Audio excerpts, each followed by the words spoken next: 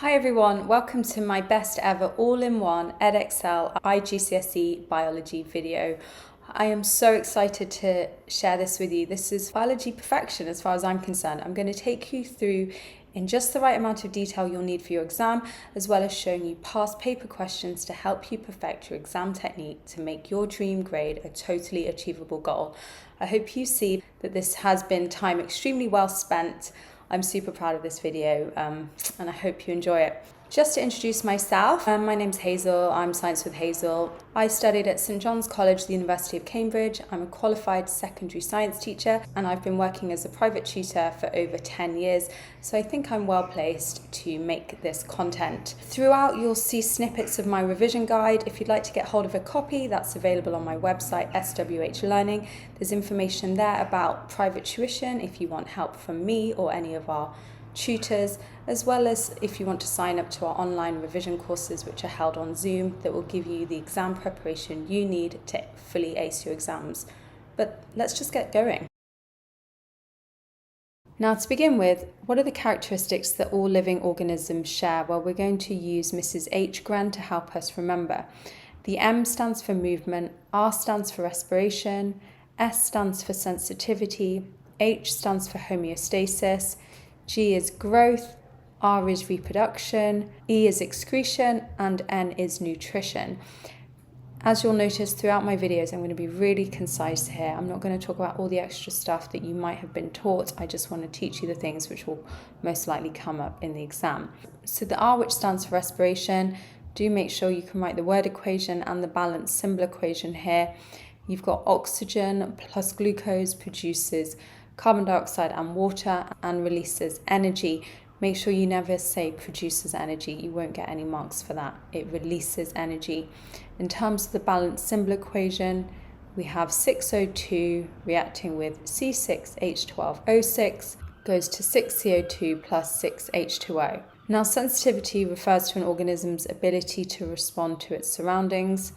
H, homeostasis, this is the maintenance of a steady internal environment. That's important when we consider mammals. They need to keep their body temperature around 37 degrees. That's to ensure that the enzymes have the optimum temperature they need to work. We need to control our blood glucose levels as well as our blood water levels in a process known as osmoregulation. These are all examples of homeostasis. Reproduction is all about increasing the number of organisms. E, excretion, this is the removal of metabolic waste. What kind of substances do we excrete? Well, we excrete sweat from our skin, carbon dioxide from our lungs, urea from our kidneys. N stands for nutrition, and that's all to do with feeding. The variety of living organisms. So we're going to divide various types of organism into whether they are prokaryotes or eukaryotes, and you do need to be able to distinguish between these two terms. So fundamentally speaking, the term eukaryote refers to the fact that an organism contains membrane-bound organelles. This means that the subcompartment of cells have membranes around them. So that could include something like a nucleus, a chloroplast, a mitochondria. These are all examples of membrane-bound organelles. So examples of eukaryotes include plant cells, fungi cells, animal cells, whereas prokaryotes do not contain membrane-bound organelles, so they don't contain a nucleus, chloroplast, mitochondria. A good example of prokaryotes are bacterial cells.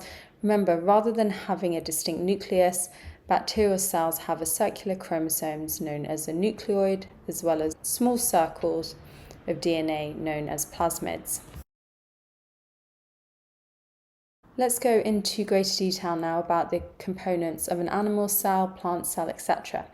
So an animal cell contains a nucleus. This controls the activities of the cell. Please do not write that it is the brain of the cell in the exam. You won't get any marks for that. The mitochondria is the site of aerobic respiration. This is where energy is released. Do make sure you can state the equation of glucose plus oxygen goes to carbon dioxide plus water plus energy. The cell membrane controls the entry and exit of substances into and out of the cell. The cytoplasm is where chemical reactions occur, and the ribosomes are very important because they are the site of protein synthesis. This is where proteins are made. You'll find out lots about ribosomes in the transcription and translation stages of protein synthesis. Plant cells now. Plant cells contain the same organelles as animal cells.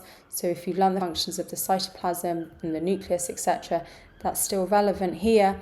But in addition, plant cells contain 3 extra organelles. Those are the chloroplasts. This is where photosynthesis occurs. Photosynthesis is when you take carbon dioxide and water, they react together to produce glucose and oxygen. This reaction requires light energy, and it's the way that plants can make their own food. Plant cells also contain a vacuole, which is filled with cell sap, and they have a cellulose cell wall, which helps to protect and maintain the shape of the cell. Looking closely now at the bacterial cell, which remember we said is prokaryotic. I've already told you they don't contain a distinct nucleus. Instead, you'll find a circular chromosome known as a nucleoid and small circular strands of DNA called plasmids, which can be used in genetic engineering to produce substances like insulin. Bacterial cells also have cytoplasm, they have a cell membrane, they have a cell wall. They may also have a small tail known as a flagellum, which helps the bacterial cell to move. Now, a fungi cell. Examples of fungi include yeast. Fungi cells have a cell wall made out of chitin. They have a cell membrane, a nucleus, cytoplasm, mitochondria, and ribosomes. They could ask you to distinguish between how the various cells store their carbohydrate. So plant cells store their carbohydrate as starch, whereas animal and fungi cells store their carbohydrate as glycogen. You'll find out differences about the structure of both starch and glycogen if you study A-level or IB biology. In terms of extra differences, bacteria are unicellular, which means they're made up of one cell. You can have some bacterial cells which are pathogenic. This refers to the fact that they are disease-causing. Other bacterial cells are harmless. Key examples include pneumococcus, which causes the disease pneumonia, and lactobacillus bulgaricus, which can be used to make yogurt from milk. Fungi cells can be either unicellular or multicellular. Yeast is a good example of a unicellular fungi. Mucopol is an example of a multicellular fungi.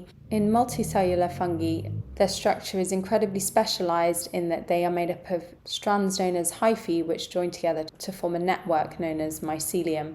Fungi cells carry out saprotrophic nutrition. This means that they excrete enzymes extracellularly, that means outside of their bodies, onto dead matter such as leaves in woods, and then these enzymes digest that dead leaf matter so that they can then be absorbed by the fungi cells. The Protoctis, we call these the dustbin kingdom because sometimes they can be animal-like, such as an amoeba, sometimes they can be plant-like, such as Chlorella. They can be either unicellular or multicellular. One Protoctis to be aware of is Plasmodium, which is responsible for the disease malaria. Remember, the mosquito does not cause malaria. It acts as a vector. It transports the Plasmodium to the host, the human. The virus cells now, these are non-living, and this is because they do not obey Mrs. H. Gren. So if they ask you why viruses are non-living, you need to say they don't carry out homeostasis, they don't respire, they don't excrete, okay? Just make sure you pick out something from Mrs. H. Gren here to explain why viruses are non-living. In terms of their structure, they're very small, much smaller than bacterial cells. They're made up of a protein coat surrounding either DNA or RNA. And crucially, viruses are always pathogenic. They are always disease-causing. Examples include HIV, which infects our lymphocytes, reducing our body's ability to respond to pathogens. Tobacco mosaic virus, TMV, infects tobacco plants. It gives a characteristic mosaic pattern to the leaves. That yellowing indicates damage to the chloroplast and chlorophyll, meaning that the tobacco plant can't photosynthesize as well, meaning that it's less able to produce glucose. It can't grow as well. Viruses are only able to be produced inside another living organism. All living organisms share characteristics. State 2 characteristics that all living organisms share. So pick anything from Mrs. H. Gren. You could say that they all respire and excrete. That's worth 2 marks. Some organisms are pathogens. Which of these organisms cause a bacterial disease in humans? Read that super carefully. Okay, Chlorella, no, because it is a Protoctis. So already we don't have a bacteria here. Lactobacillus bulgaricus, yes, we have a bacteria, but that's used in yogurt making, so that's not going to cause a disease. So always work out why things are wrong. Mucor is a fungi, so we have issues there. It's not a bacteria. Pneumococcus, yes, it's a bacteria. It causes the disease pneumonia. So I'm happy that I've met the requirements for this question. Viruses are pathogens but not living. Describe the effect of a named virus that infects plants. Tobacco mosaic virus is what you want to mention here. You can write TMV if you prefer. And as I taught you in my video, it causes discoloration to leaves, meaning less photosynthesis occurs. Give 3 differences between the structure of viruses and bacteria. So make sure you clarify which one you're talking about. Viruses are smaller. Viruses have a protein coat. Bacteria have a cell wall. You can write the full comparison if you want. Viruses are smaller, bacteria are larger. Viruses have a protein coat. Bacteria don't have a protein coat. Bacteria have a cell wall. Viruses don't have a cell wall. But what I've written there is actually enough. Moving on to cells, tissues and organs. So we're going to start by listing a whole lot of definitions. Remember, you're going to use the same scaffold for all these definitions. So if we start with a cell, it's a group of similar organelles working together to perform a particular function. And it is that series of words we're going to use as our scaffold, but just changing a word each time as we move through the definitions. So if we take a tissue now, well, that is a group of similar cells working together to perform a particular function. An organ is a group of similar tissues working together to perform the same function. An organ system, well, it's a group of similar organs working together to perform the same function. So if we list some examples of organ system, could be the digestive system, which is made up of a group of similar organs, so stomach, esophagus, small intestine, large intestine, pancreas. Another type of organ system could be the reproductive system, that consists in a female of ovaries, fallopian tube, uterus, cervix, vagina. Moving on to biological molecules. So what elements are lipids made up of? Remember, lipids are fats. So lipids contain carbon, hydrogen and oxygen. A lipid molecule is arranged in the following way. It's made up of 3 fatty acids and a glycerol. To test for the presence of lipids, you want to add ethanol and water to your sample. Give it a good shake, and if lipid is present, you'll see a milky white emulsion. Moving on to proteins now. You'll get the carbon, hydrogen, oxygen elements, but in addition, you'll also find that there's nitrogen and sometimes even sulfur. Proteins are made up of long chains of amino acids. In order to test for the presence of protein, you want to add bioarray reagent. If there's no protein, you'll see a blue colour. If protein is present, you'll see a purple colour. Some good examples of proteins found within the human body include collagen and keratin found in the skin, all enzymes, and hemoglobin found in red blood cells. That hemoglobin, remember, binds to oxygen. Moving on to carbohydrates. Carbohydrates contain only carbon, hydrogen and oxygen. A good example of a carbohydrate is glucose. Remember, to test for glucose, you add Benedict's reagent to your sample and you need to heat it in a water bath. You'll see a range of potential colours. Blue indicates no glucose is present, whereas brick red indicates that lots of glucose is present, but you could also get a range of colours. So any colour that appears nearer the blue end indicates low glucose presence. Anything that appears near the redder end, so orange, yellow, indicates a higher glucose presence. Storage compounds of carbohydrates include glycogen and starch. Remember, these are long chains made up of simple sugars like glucose. In order to test for insoluble starch, this time we're going to add iodine. If no starch is present, you'll see a brown colour. If starch is present, you'll see a blue-black colour. A student investigates the sugar content of 4 different fruit juices. This is the student's method. Add 5 centimeters cubed of fruit juice to a boiling tube. Add 5 centimeters cubed of Benedict's solution to the boiling tube. Place the boiling tube in a water bath at 70 degrees Celsius for 3 minutes. Remove the boiling tube and record the colour of the solution. The student uses this method for each of the 4 fruit juices. The table shows the student's results. So let's have a look. We know that Benedict's tests for glucose. If we look down the results, you can see that fruit juice A contains no glucose because the Benedict's solutions remained blue, whereas fruit juice B contains lots of glucose because it's turned brick red. Yellow and green, these still contain glucose, but not as much as B. So like medium levels of glucose for C and low glucose for D. Give two variables that the student controls in his investigation. So what is he keeping the same? The volume of the fruit juice and the volume of the Benedicts.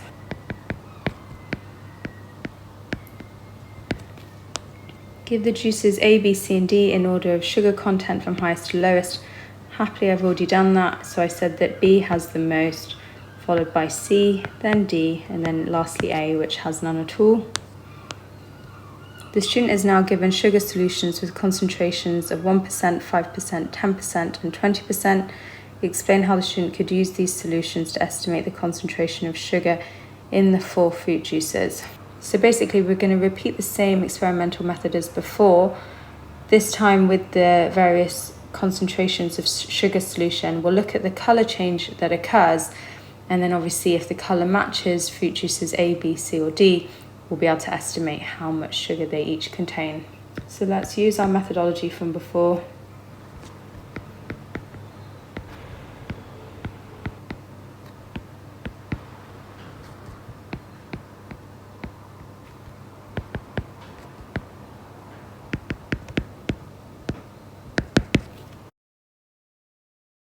Now we're moving on to enzymes. First of all, defining the term metabolism. This is the rate at which chemical reactions take place in our body. The role of enzymes within metabolic reactions is that they act as catalysts. They are biological catalysts which speed up the rate of a reaction without being used up, and they're chemically unchanged. What distinguishes enzymes from other catalysts is this use of the word biological. They're biological because enzymes are made out of protein. Focusing in on some key enzymatic terms. So what is the substrate? That is the substance upon which the enzyme acts. The active site is the special site on the enzyme where the substrate binds. When that substrate binds, you have what's known as an enzyme substrate complex, and then once the enzyme's finished its work, the substrate is released as a product. Optimum is a word used to describe when the enzyme is working at its highest rate. And then another key term is the word denature. Remember, if the temperature is too high or the pH alters too significantly, the enzyme denatures, which means that its active site changes shape and the substrate no longer binds. Remember that enzymes are highly specific, so each enzyme will only fit one type of substrate. It's highly complementary. The substrate shape is complementary to that of the enzyme's active site. If we now consider the effect of temperature on enzyme activity, as you increase the temperature initially, the enzymes and substrate molecules have more kinetic energy. This means that collisions between the two occur more frequently, so you end up with more enzyme-substrate complexes being formed. The enzyme's working at its highest rate here, and we call this the optimum temperature. If the temperature increases above that, what happens is the enzyme's active site is altered. The enzyme is denatured, meaning that the substrate no longer fits. Additionally, enzymes have optimal pHs, such as the enzyme protease found in the stomach. Its optimum pH is going to be a very low pH because it needs a highly acidic environment around pH 2. So if you increase that pH further, the enzyme denatures and its active site changes shape. Moving on to the movement of substances into and out of the cell. So there are 3 different types of transport we need to consider. Number 1, diffusion, 2, active transport, and 3, osmosis. So diffusion is the simplest. It is simply the net movement of a substance from an area of high concentration to an area of low concentration.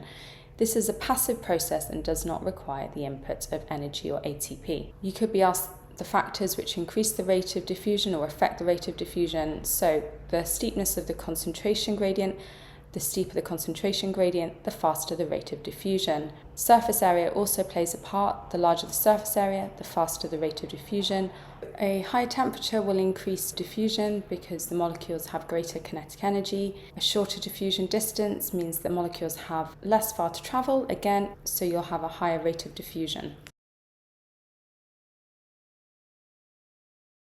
Unlike diffusion, active transport requires an input of energy. So if we look at its definition, it's the net movement of molecules from an area of low concentration this time to an area of high concentration against a concentration gradient, therefore requiring ATP or energy. Active transport is vital in living organisms because it enables the movement of molecules against the concentration gradient A good example of this is the uptake of glucose in the small intestine. This occurs by active transport. Moving on to water now. So the movement of water molecules is known as osmosis. So our definition of osmosis is as follows: the net movement of water molecules from an area of high water potential to an area of low water potential across a partially permeable membrane. So osmosis is similar to diffusion in that we're going down our concentration gradient, but crucially it involves the movement of water molecules and requires a partially permeable membrane. A solution which has a high water potential just means that it contains a large number of water molecules. It is in essence dilute. A low water potential solution is one with few water molecules, so it could be quite high in solutes, and therefore is what we would describe as a concentrated solution. Remember, it's important that we can move water around in living organisms because water is a valuable solvent. It supports many chemical reactions that take place in our cells, and it enables dissolved substances to be moved around an organism. Osmosis involves the use of a partially permeable membrane, and the key word here is partially. It only allows certain molecules to pass through. Larger molecules are trapped and are not allowed to move. If we consider osmosis in practice, what happens if we place an animal cell in a high water potential solution, for example, pure water? Well, what happens is based enormously on the fact that an animal cell has no cell wall. So if you place an animal cell in pure water, water enters by osmosis, according to our definition, from an area of high water potential in the surrounding solution to an area of low water potential inside the animal cell. Across that partially permeable membrane, the water enters the animal cell and it keeps swelling and expanding until it can take no more and it bursts. And then we call this, if it occurs to red blood cells, hemolysis. If you were to place your red blood cell in a highly concentrated solution, so one with low water potential, this time water would leave your animal cell by osmosis, causing it to become shriveled and flaccid in appearance. Let's understand what happens when a plant cell is placed in pure water. So always ask yourself where there's more water, where there's a higher water potential. Pure water by definition has the highest water potential. So if you think about which way that water moves, it's going to enter the plant cell. So water enters the plant cell by osmosis from an area of high water potential. So do define osmosis here and specify where that higher water potential is. So that will be the surrounding solution.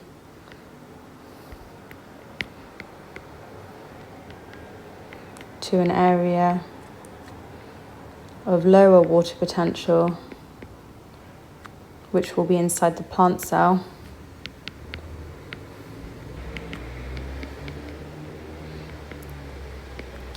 Across a semi-permeable membrane.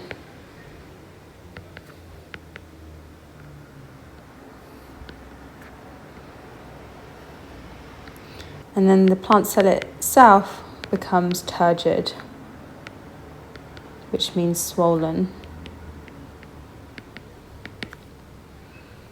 What about if the plant cell was placed in salt solution? This time that salt solution will have a lower water potential.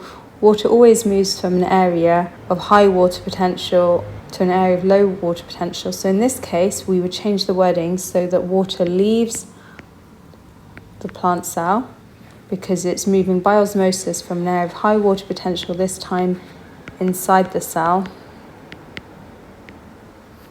to an area of low water potential, which will this time be the surrounding solution.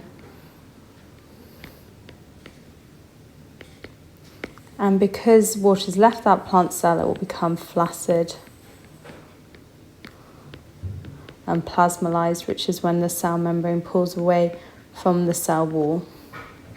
So make sure you can discuss those two different scenarios. So if we have a look here at the diagrams from my revision guide, here's our plant cell. We've placed it in pure water, so water's entered the plant cell.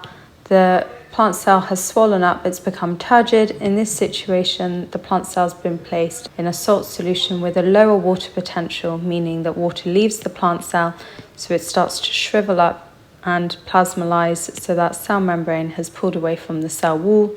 Here you can see a comparative scenario with a red blood cell, which is an example of an animal cell. Whereas with the plant cell, it became turgid and it didn't burst because of the presence of that supportive and protective cell wall. In the case of an animal cell, when it's placed in pure water, the water keeps flooding in by osmosis. There's no cell wall, so eventually the cell will burst. They could ask you about an investigation looking at the effects of different concentrations of salt solution on plant tissue. So the different concentrations, because that's what we're changing, that will be our independent variable. And if you're asked to specify, pure water would be 0.0 mole, and this is gradually becoming saltier. We're going to use cylinders of potato chips, which do need to have an equal size, so that's a good control variable. In terms of what we're measuring, we'll look at the change in mass of those potato chips, so that's our dependent variable.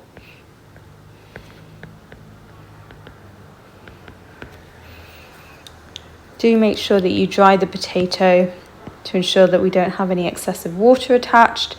We place our cylinders into a test tube of known salt solution. It's up to you a time frame. You might want to go longer than that, maybe even up to 12 hours. And then what you want to do next is find the percentage change in mass. They could ask you to calculate that. It's change in mass over original mass times by 100. And the reason why you want to calculate the percentage change in mass is because it's hard to actually guarantee that the initial masses are all the same. So by calculating the percentage change in mass, it enables you to make a valid comparison. You always get a mark for writing that. And then they'll often ask you to plot a graph. Here we can see on our y-axis our percentage change in mass, so our dependent variable, what we're measuring. Our x-axis is what we've changed, our independent variable, so the concentration of salt solution. Down here you've got pure water. Up here you've got a much saltier solution. If you plot your results, this point here is incredibly important because here the percentage change in mass is 0, meaning that there's no net increase or decrease in the mass of the potato. So that automatically tells us that the water potential in the potato must be the same as the surrounding solution, which for this potato chip is 0.3 molar. So do make sure you can pick that point off a graph. This apparatus can be used to show osmosis, explain what happens to the level of the sucrose solution in the glass tube. So here's our partially permeable membrane. Here's a surrounding solution containing water, which means it has a high water potential. Sucrose solution contains a lot of sugar, which will mean that this solution has a lower water potential. So if you think about osmosis occurring, there's the partially permeable membrane we require for osmosis. In this particular situation, osmosis is going to occur in this direction. Water will move from the surrounding solution into the glass tube, meaning that that level here will increase. So we need to say why that level increases, because water enters the tube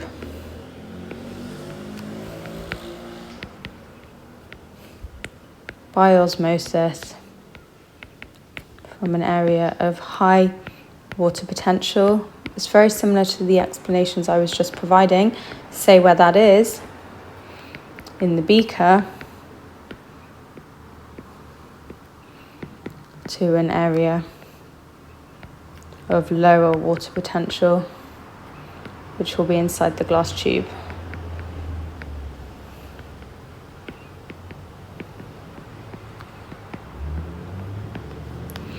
Describe how this apparatus could be modified to measure the rate of osmosis at different temperatures. So how should we change that temperature? Use a water bath at 5 degrees, 10 degrees, 15 degrees, etc.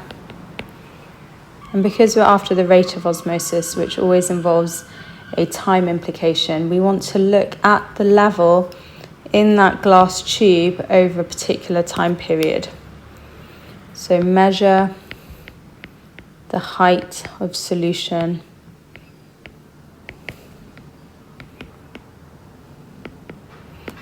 in the glass tube and do provide suitable apparatus using a ruler after 1 hour, timed with a stop clock.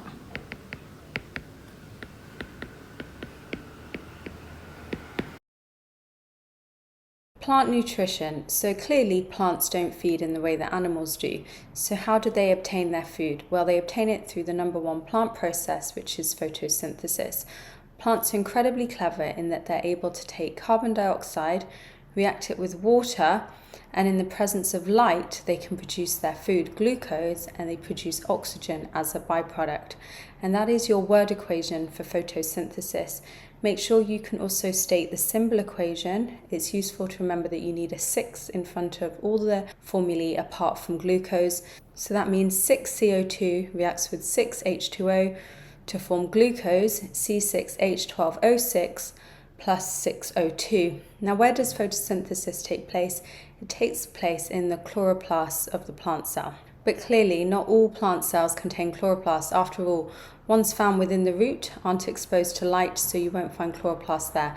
Most of the chloroplasts are actually found in the palisade mesophyll part of the leaf, and we'll talk a lot about the leaf structure and its adaptations for photosynthesis a little later. One thing they could ask you about is the limiting factors which affect the rate of photosynthesis. So this is a factor in a reaction which is in the shortest supply, and a lack of this factor means that the rate of photosynthesis no longer increases. There's 3 limiting factors they want you to be able to state.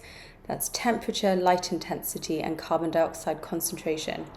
If we take different parts of the day, we'll be able to understand which factor is most likely to be limiting. So early in the morning, clearly it's not the hottest part of the day, so low temperature is likely to be the limiting factor here, and it means that the enzymes involved in photosynthesis have less kinetic energy and are less able to catalyze the reactions involved. At midday, temperature is no longer the limiting factor. After all, it's the hottest part of the day. Here, carbon dioxide is likely to be the limiting factor.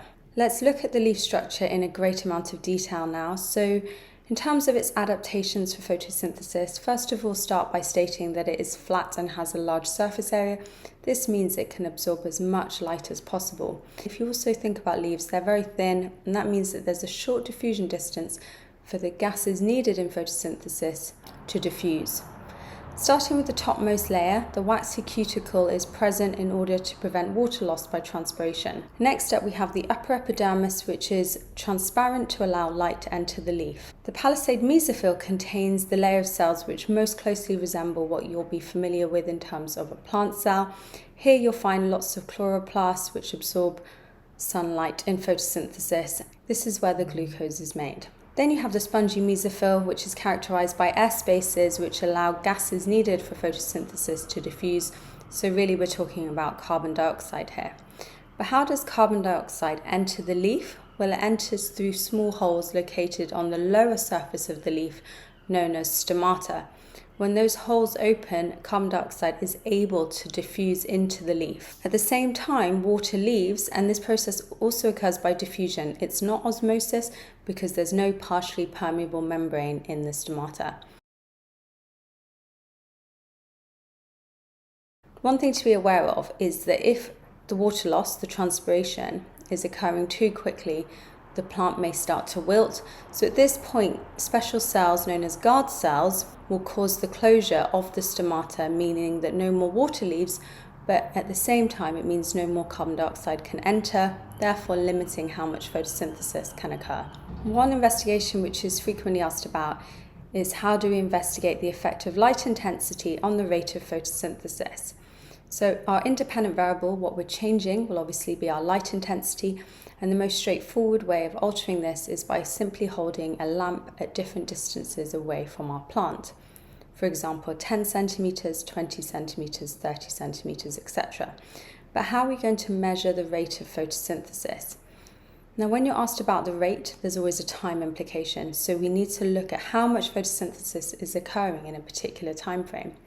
The easiest way to measure the rate of photosynthesis is by looking at how quickly one of the products of photosynthesis is produced.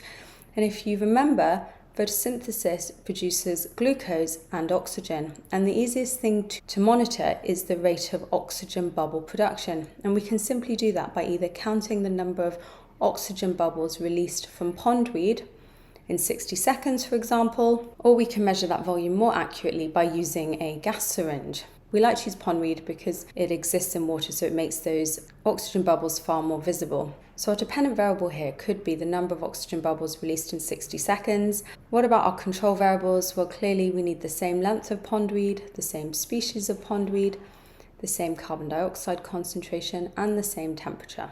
The faster the bubbles are released, the greater the rate of photosynthesis, and we'd obviously expect more photosynthesis to occur when the lamp is closer to the pondweed. Moving on to testing a leaf for starch. Now, plants don't store glucose, instead they convert it into insoluble starch.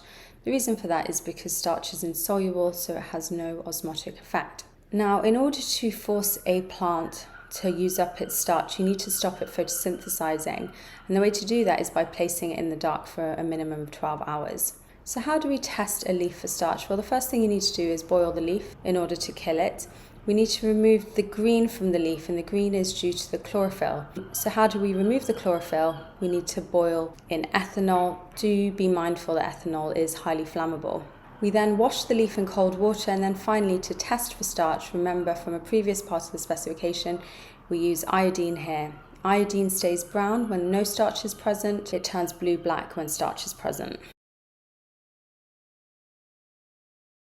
2 mineral ions to be aware of. Now, mineral ions are absorbed at the roots, specifically the root hair cells. The role of the nitrate ions that the plants absorb is to help build plant protein. The role of magnesium ions is to produce chlorophyll. A student does an experiment to show that a leaf is only able to produce starch if it receives enough light. The student removes all the starch from the leaf before starting the experiment. Describe how the student could remove all the starch from the leaf. So you need to make that leaf use up its starch, and the only way it will do that is if it can't photosynthesize and make glucose, because it's going to use that starch to produce the glucose it needs. So how do we stop it photosynthesizing? Place leaf in the dark. And the second mark here is for providing a long enough time frame for 12 hours. State why the student removes all the starch from the leaf before starting the experiment. That's to prove that any starch present was made during the experiment.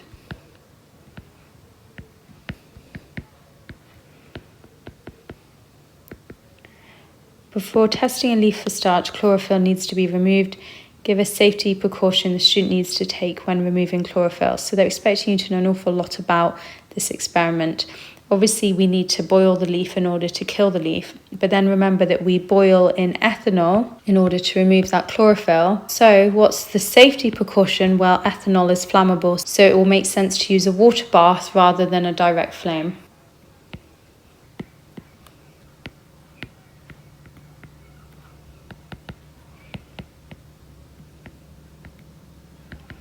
Give a suitable control the student could use in this experiment. So we know that in the experiment the leaf is going to be exposed to light, so the control would be to keep the leaf in the dark.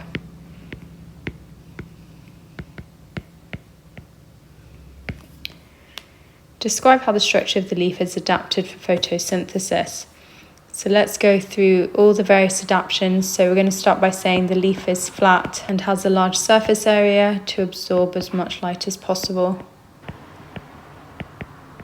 Let's go through the various layers. So the upper epidermis is transparent to allow light to enter the leaf.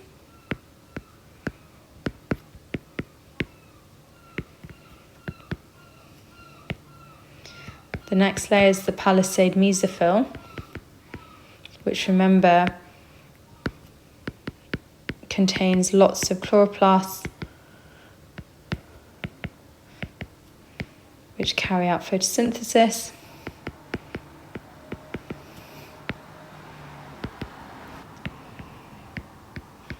Moving down, we have the spongy mesophyll, which contains air spaces that allow that all-important carbon dioxide needed for photosynthesis to diffuse through the leaf.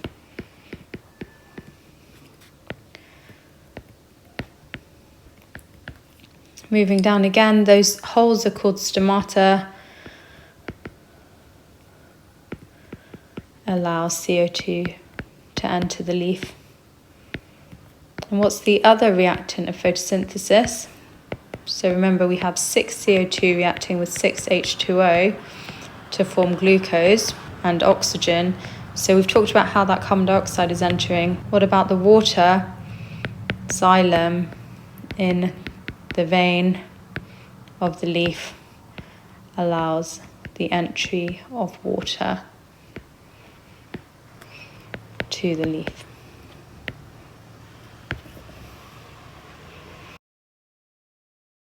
Let's define the term balanced diet. A balanced diet provides all the nutrients in the correct amounts needed to carry out life processes. And this is important in order to maintain our good health.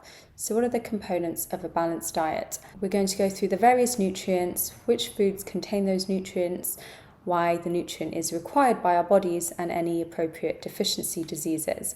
So starting with carbohydrates, these are found in things like bread and pasta, and the reason why we need to consume carbohydrates is because they're an important energy source. Moving on to fats, found in butter, cream, etc. Fats are a more concentrated energy source, and they actually help insulate our body, and it explains why mammals like seals and whales have an awful lot of fat, because they live in cold water and it helps them to stay warm in those cold waters. Protein is found in meat, in lentils. It's needed for the growth and repair of our muscles, and if we don't eat enough protein, we can suffer from horrible deficiency diseases such as kwashiorkor or marasmus. Everyone knows we need to drink water, but why do we need it? It supports the chemical reactions that take place in our cells. It acts as a solvent. Fiber now, found in fruits and vegetables. Fiber provides roughage. And what that means is it helps food move through our digestive system in a process known as peristalsis. So a good thing to write in your exam is that fiber aids peristalsis, and by doing so it prevents constipation. Let's move on to various minerals, including calcium, found in dairy products like milk.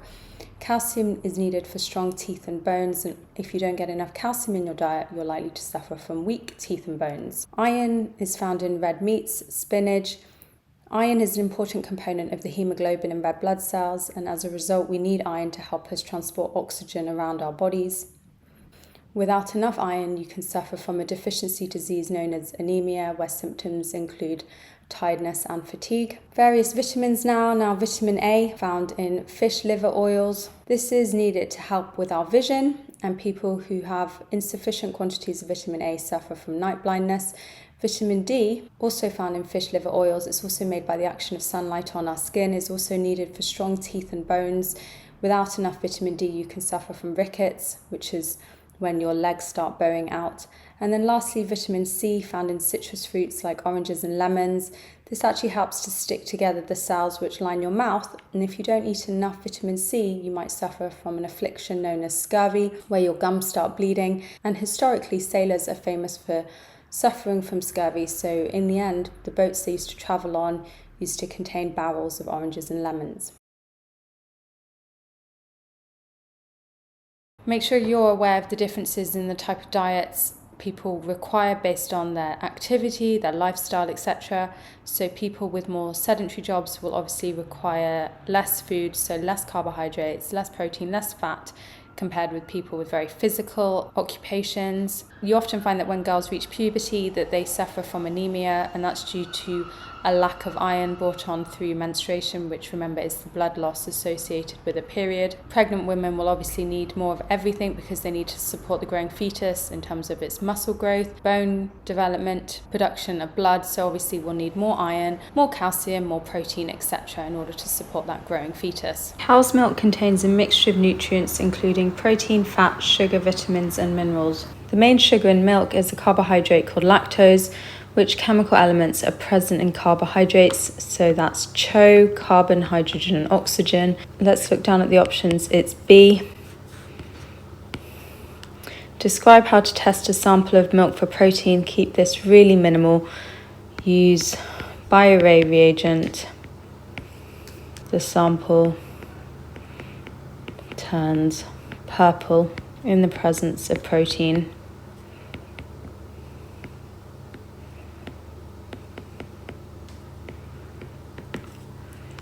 Some people drink a milk alternative produced from plants such as soy and rice instead of milk produced by animals.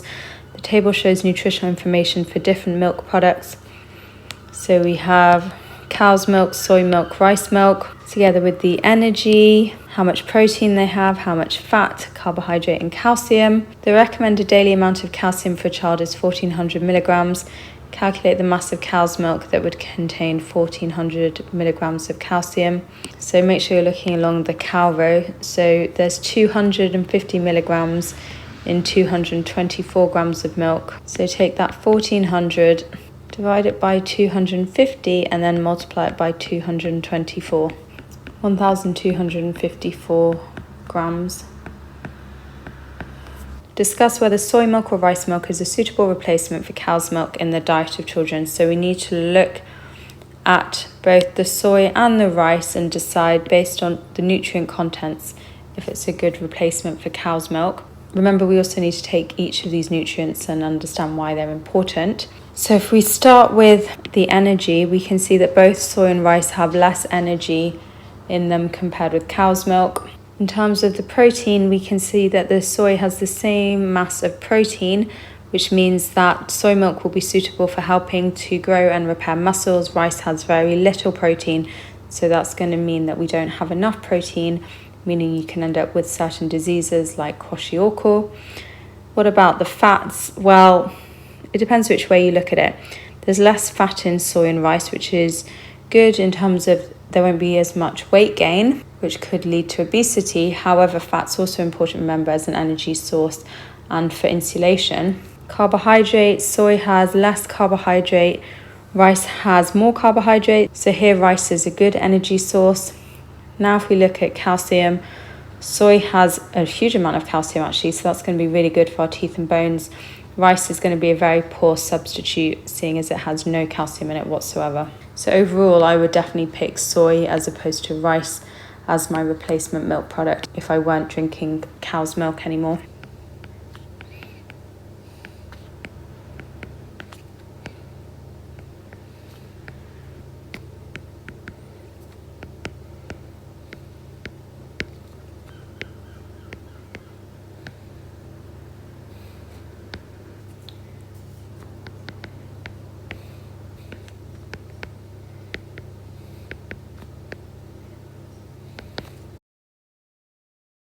Defining digestion now. Digestion is the breakdown of large insoluble food molecules into small soluble ones, which can then be absorbed through the wall of the small intestine. There are two types of digestion. The first one is mechanical, the second one is chemical.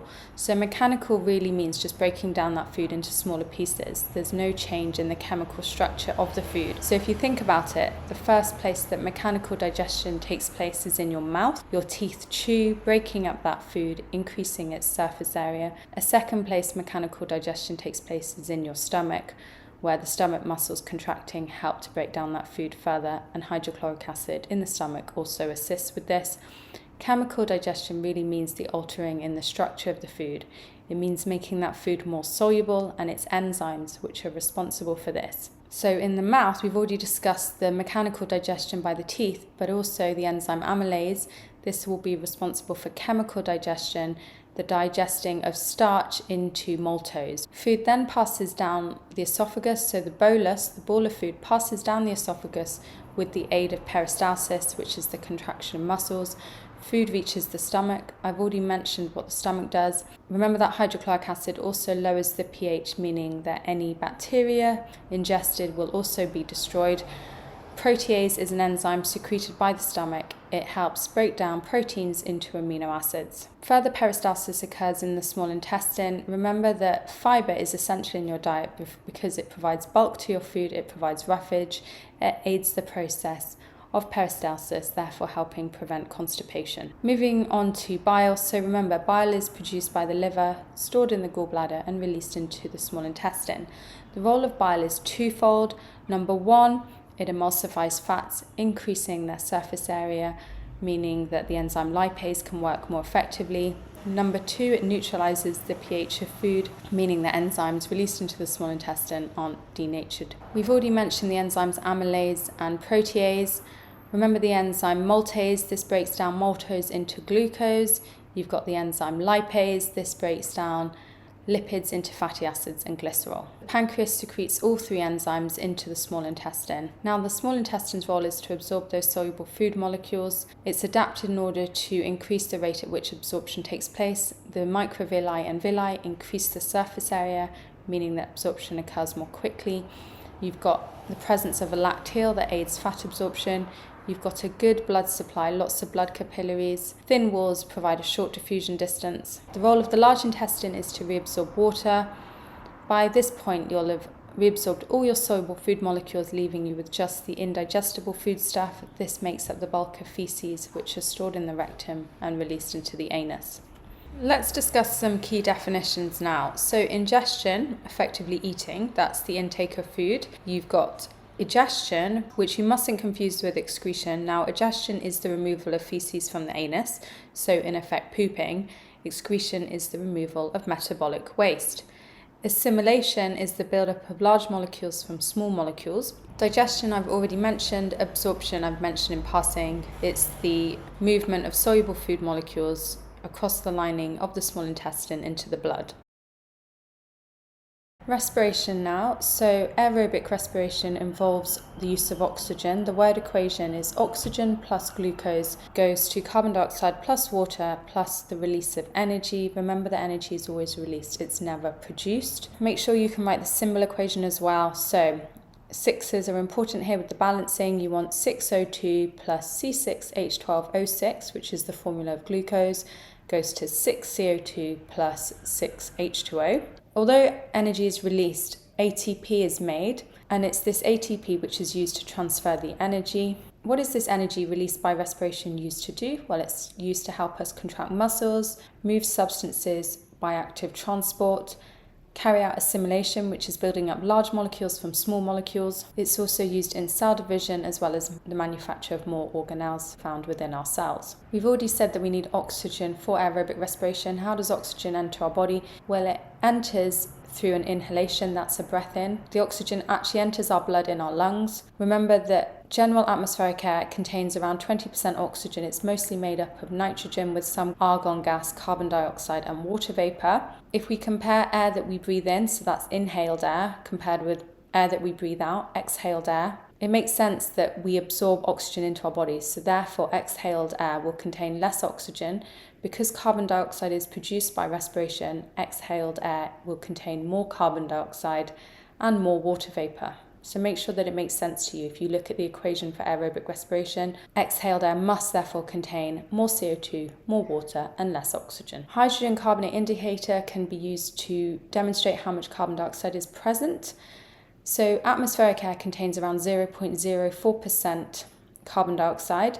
This turns hydrogen carbonate indicator orange. So if you see that that indicator is orange, you can say that there's around 0.04% CO2. High levels of CO2 turn the indicator yellow. Low levels of CO2 turn the indicator a red-purple colour. Anaerobic respiration can occur if there's insufficient or a lack of oxygen.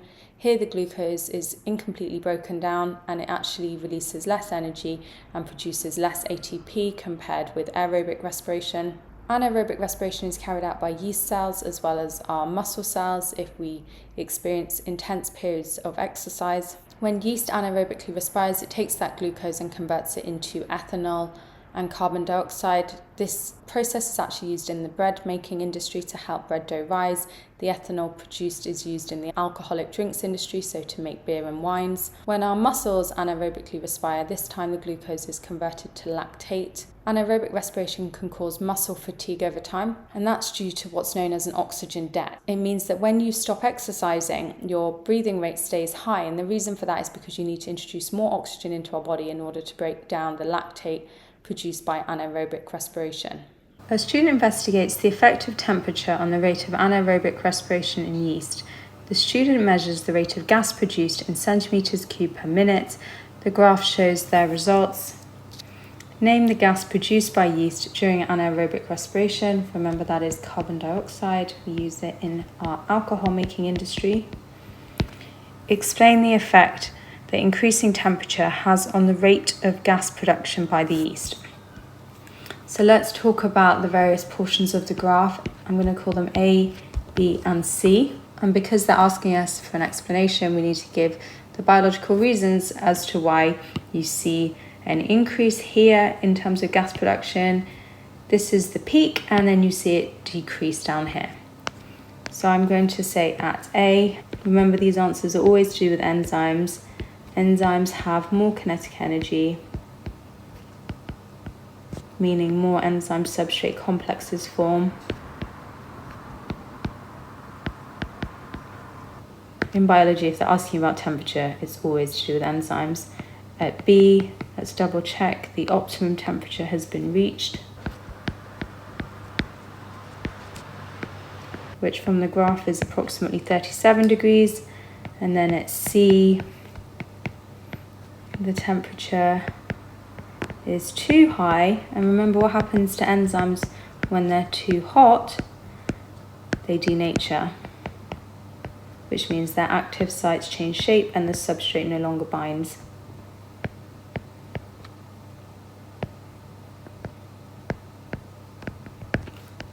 Describe how the student can measure the rate of gas production in this experiment. As I keep saying, rate has a time implication, so we need to look at the volume of gas produced in a particular time frame, measure the volume of CO2 in 60 seconds. And how are we measuring that volume? Using a gas syringe.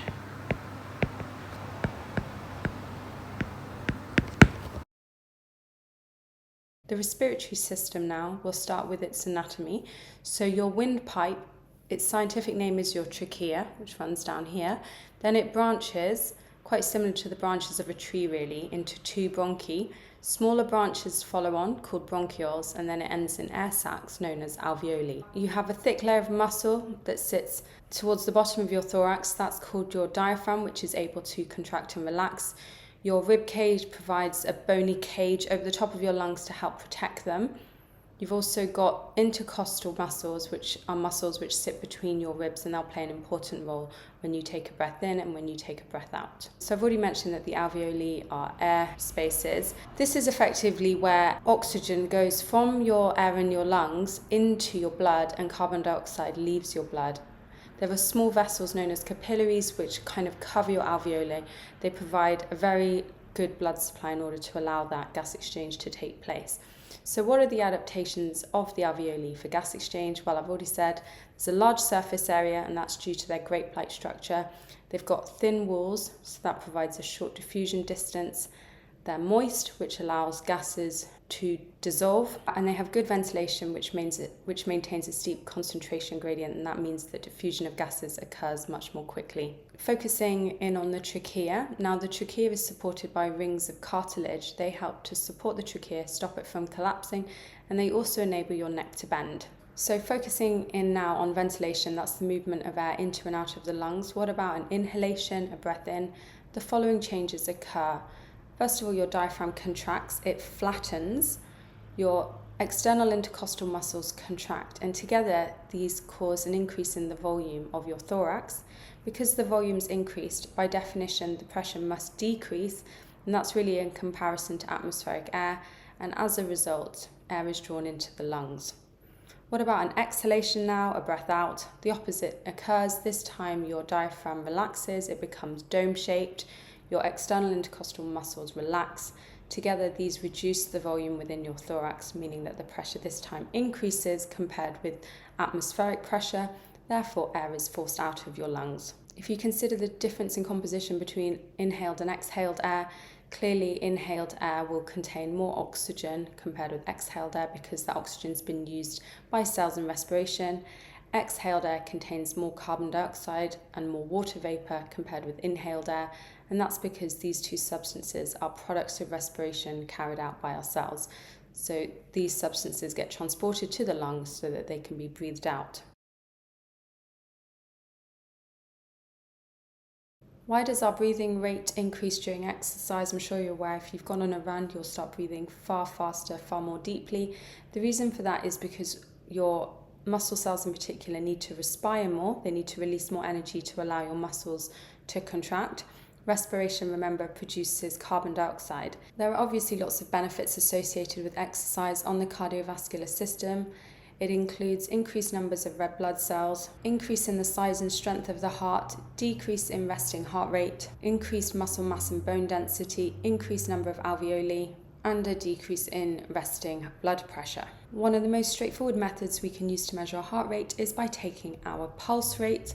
Remember, you can feel that pretty much in your wrist and in your neck, although you might want to attach yourself to a monitor in order to get a more accurate representation of your pulse rate. The simplest way to see the effect of exercise on the heart rate is basically to take your pulse rate at rest for 1 minute, then do some exercise, and then measure your pulse rate directly afterwards for a further minute. Remember, the advantage of an increased heart rate during exercise is because the heart is responsible for pumping blood around your body. That blood contains the all-important glucose and oxygen needed by cells to carry out the respiration required to release energy and to enable our muscles to contract. You find that the fitter the person, the more they exercise, the lower their pulse rate, their heart rate tends to be. Now we'll talk about the effect of smoking on the body. So smoking is obviously really bad for you. There's lots of reasons for this.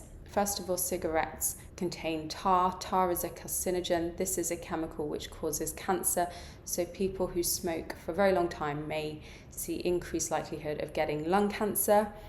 The other problem with smoking is that it paralyzes those cilia which line your trachea. Remember that these are cells which waft backwards and forwards, removing bacteria-laden mucus from our trachea so that it can be destroyed by the hydrochloric acid in our stomach. When our cilia is paralyzed, that bacteria stays in our trachea. Therefore, you see an increase in infection and an increased incidence of diseases like bronchitis. Long-term smoking may also cause the disease emphysema. Now, emphysema damages your alveolar walls, therefore effectively reducing their surface area, meaning that less gas exchange takes place. So a person really struggles to breathe out when they have emphysema, which is a chronic disease that can't really be treated. You'll often see people using oxygen tanks if they have emphysema.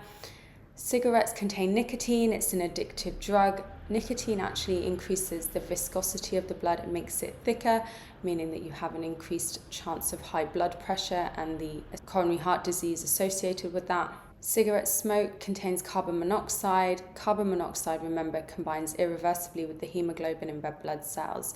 This prevents the transport of oxygen, so it is highly toxic. A scientist investigates the effect of exercise on breathing rate. She measures the breathing rate in breaths per minute of 2 people P&Q every 5 minutes for 30 minutes. This is her method. Measure their breathing rate every 5 minutes while they exercise for 20 minutes. Measure their breathing rate every 5 minutes for a further 10 minutes while they recover from exercise. The table shows her results. Plot a line graph of the results for persons P and Q. Use a ruler to join your points with straight lines. Okay, I thought this would be a great opportunity in this video to show you how to draw graphs accurately. So the first thing to be aware of is what goes on the y-axis and what goes on the x-axis. What you measure, so your dependent variable, must always go on your y-axis. You must familiarize yourself with recognizing which of your data is your dependent variable, and then what changes your independent variable goes on your x-axis. Then it's just a matter of labeling your axes. Now you've worked out which way round they go, and do make sure you include units. So there's time in minutes. It's very important you get these the right way round. Breathing rate, which was breaths per minute. Don't reinvent the wheel here, just copy out the table headings. So yeah, there's your y-axis, here's your x-axis. Now we need to choose a sensible scale, occupying as much of the graph paper as possible. So in time in minutes, we go from 0 to 30. So try and space out these numbers. Yeah, I'm using a large portion of my graph paper. What about breaths per minute? What's our lowest value? 12. Highest value is 25. I'm going to go up in 5s on my y-axis. I need a key because I've got 2 people, so I'm going to start with person P. Make sure you plot those points really accurately and follow the instructions. It's asked us to join the points with straight lines. Now I'm getting ready to draw my second graph line for person Q. If you can hear that noise, which I'm sure you can, that is seagulls. I'm sorry, there's no getting away from them where I live. I've drawn both sets of data then for person P and person Q. I've joined my points with straight lines. You can choose not to do a key. If you're just going to use pencil in the exam, which I do recommend because you can rub out your points if you accidentally misplot one, just label each of the line, point out which one's P and which one's Q. That's fine. So if we're asked to explain the change in breathing rate during exercise, just checking the question, it says they exercise for 20 minutes.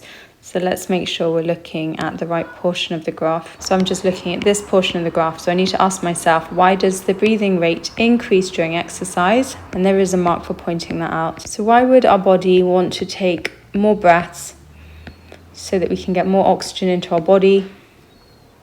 And why do we need that oxygen? So that we can carry out more aerobic respiration. And what is the purpose of aerobic respiration? It's to release energy, and we use that energy to contract our muscles when we exercise.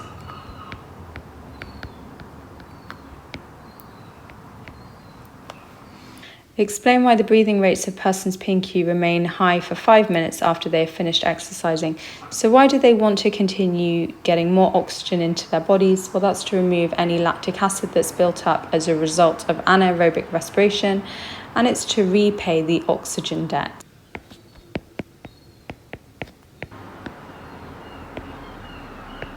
The time taken to recover from exercise is often a good measure of fitness. The scientists concluded that person P is much fitter than person Q.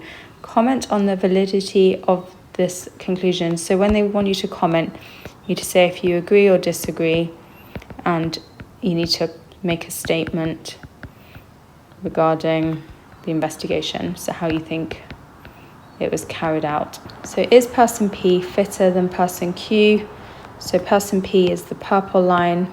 So the first thing we can see is that person P has a lower breathing rate at rest compared with person Q, and a low breathing rate at rest tends to be indicative of a fit person. We can also see that person P's breathing rate drops faster after exercise. Again, that could be indicative of them being fitter.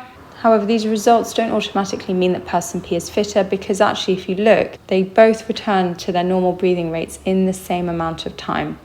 In terms of commenting on the experimental design, we have no information about the age or the sex of the person. We've got no data about the exercise they actually carried out. And finally, the data is not reliable because they didn't repeat their experiment.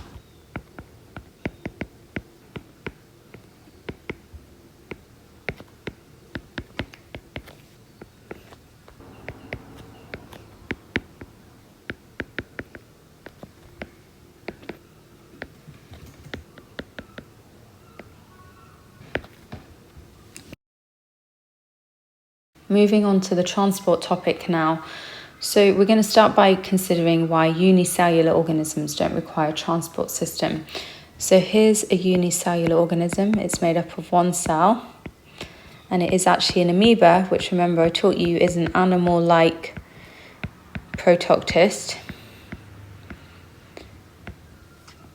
Now, the amoeba doesn't require a transport system. And the reason for that is, being unicellular, it has a very large surface area to volume ratio. So there's surface area to volume ratio, meaning the diffusion distance is short. So what do we mean by that? If you were to calculate the volume of the amoeba, calculate its surface area, you'd find that it has a very large surface area to volume ratio. And what that in effect means is that no part of the amoeba is awfully far from the outside environment, meaning that diffusion of the oxygen, of the nutrients it requires, can occur really, really quickly. Whereas multicellular organisms, e.g. us, humans, they're made up of lots of cells. They have a comparatively much smaller surface area to volume ratio, meaning that diffusion occurs too slowly. And as a result, they require transport systems to to deliver oxygen, etc., far more efficiently. I just want to quickly show you how to calculate surface area to volume ratio. So John's teacher suggested that the different size cubes have a different surface area and volume. Use the formulae below to calculate the surface area of each cube, the volume of each cube, and their surface area to volume ratios. So to find the surface area, we do 6 multiplied by the cube side squared. So we need to do 1 squared multiplied by 6. 2 squared, which is 4, multiplied by 6, which is 24. The volume we've been told is the cube side cubed. So do 1 cubed, which is 1. 2 cubed, which is 8. And then the surface area to volume ratio, that means you do the surface area divided by the volume. That's how you calculate that. So 6 divided by 1 is 6. 24 divided by 8 is 3. So plant transport now. 2 very important tissues. The first one I want to mention is the xylem. Now the xylem transports water and mineral ions. Do make sure you've learned that. We've talked about those mineral ions before, nitrates, magnesium ions, required by the plant to keep it healthy. Crucially, it occurs in an upwards direction only. That makes sense because the water and mineral ions enter at the root hair cells, they cross the root, they enter the xylem, and then they move upwards to supply the leaves with the mineral ions and water it requires. In terms of its structure, it's highly specialized. It's worth learning that it's made up of dead cells which join end to end to form a continuous column. You can think of it like a drain pipe, which is going to help the movement of mineral ions and water within the plant. A further adaptation is lignin, which is a tough substance which further supports the xylem and gives it strength. The second tissue you need to know about is the phloem. This time the phloem transports sucrose, which is a type of sugar, as well as amino acids. And if you're feeling fancy, you can say that it transports them from source, where they're made, that's what the source refers to here, which will be the leaf, to a sink, where they're stored or used. Totally depends on the requirements of the plant. That could be the roots, for example. And this process of the movement of sucrose and amino acids in the phloem from source to sink is known as translocation. Because it totally depends on the requirements of the plant, the movement of sucrose and amino acids can be both up and down the shoot. And if we look at the structure of the phloem, it's not made up of dead cells. It's made up of sieve tube elements, which are these bits here, with sieve plates between them, which contain a small amount of cytoplasm. And then accompanying each of these sieve tubes is these special cells known as companion cells, which contain an awful lot of mitochondria. Remember, the role of the mitochondria is to release energy, so that energy is used to move the sucrose and amino acids into and out of the phloem. If we compare the xylem now, as I said, it's made up of dead cells which join end to end to form a continuous column. The movement of water and mineral ions occurs in an upwards direction only, and lignin reinforces the walls to give further support. If we look at the arrangement of these tissues within the plant, here's a stem. The outer layer is the phloem. This inner layer here is the xylem, and here we can see a microscope slide showing the arrangement of the phloem and the xylem. In the root, the setup is slightly different. Conveniently, the X represents the xylem, and then in between the prongs of the X, you find the phloem. Focusing in on the blood. So what are the components of the blood? Well, you have both white blood cells and red blood cells. Remember, white blood cells consist of both lymphocytes and phagocytes. Red blood cells, their official name is erythrocytes. Remember, they're needed to transport oxygen. You've also got a jelly-like substance known as plasma, and small fragments of cells called platelets, and we'll talk lots about their various roles a bit later on in this video. The blood is responsible for transporting oxygen from the lungs to respiring cells, carbon dioxide from respiring cells to the lungs, various nutrients such as glucose and amino acids, hormones, urea, which is a breakdown product of proteins from the liver to the kidneys where it's excreted. Kind of repeating ourselves a little bit, but just talking about the role of the plasma now. So the plasma, the jelly-like substance, transports hormones from where they're made glands to the organs that they act upon, their target organs, nutrients such as glucose from the small intestine to cells, urea from the liver to the kidneys, carbon dioxide from respiring cells to the lungs. So what I've just mentioned there is specifically the role of plasma, whereas before I was talking more generally about the role of blood as a whole. Focusing in on red blood cells, so as I've already said, red blood cells are responsible for transporting oxygen around the body. That oxygen binds to a pigment known as hemoglobin present on the red blood cells. The red blood cells have lots of adaptations to increase how much oxygen they transport.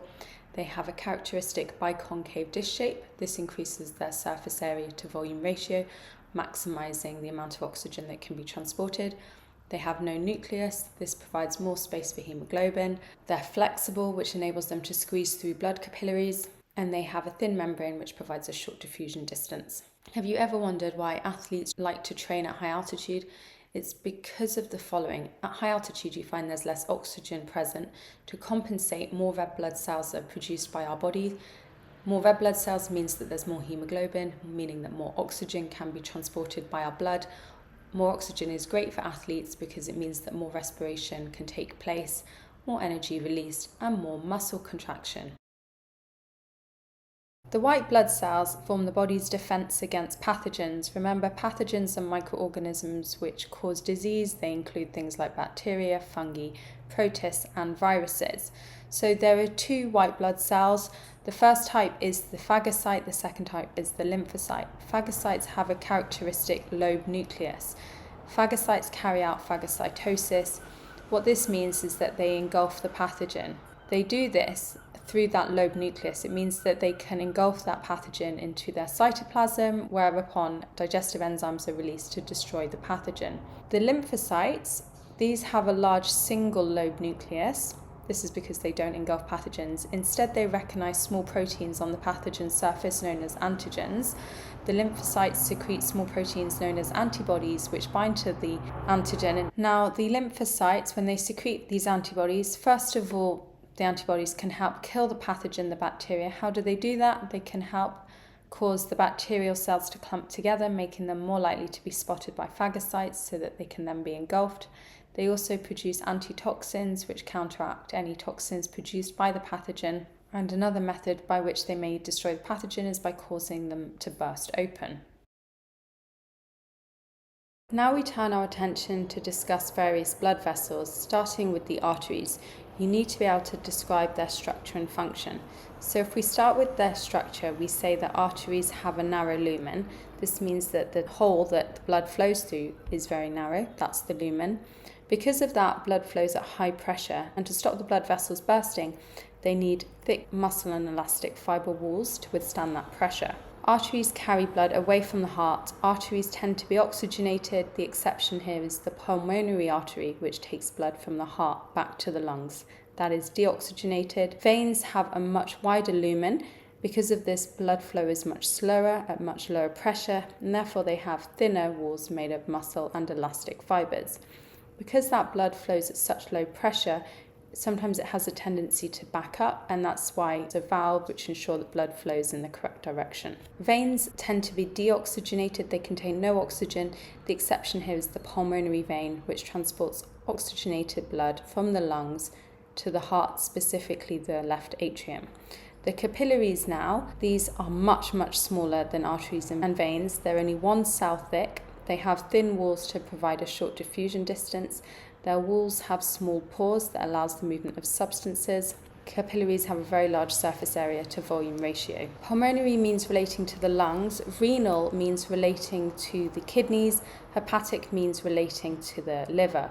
Use these words to help you label the various blood vessels around the body. If the main artery coming from the heart is known as the aorta, it feeds out of the left ventricle. Any vessel coming off the aorta therefore must be an artery. So, the name of the vessel supplying the liver is the hepatic artery that supplies oxygenated blood to the liver. The vessel supplying oxygenated blood to the kidneys is the renal artery. Now, if we turn our attention to blood vessels flowing away from organs, because these vessels will join the vena cava, they must be veins. Let's take the vessel leaving the liver, it must be the hepatic vein. The vessel leaving the kidneys must be the renal vein. Don't forget that the hepatic portal vein exists between the intestines and the liver. This will contain the highest concentration of glucose because it's coming from our gut. Do think about various other components of blood coming into and out of organs. It makes sense that blood going to the lungs must have the highest concentration of carbon dioxide, the lowest concentration of oxygen.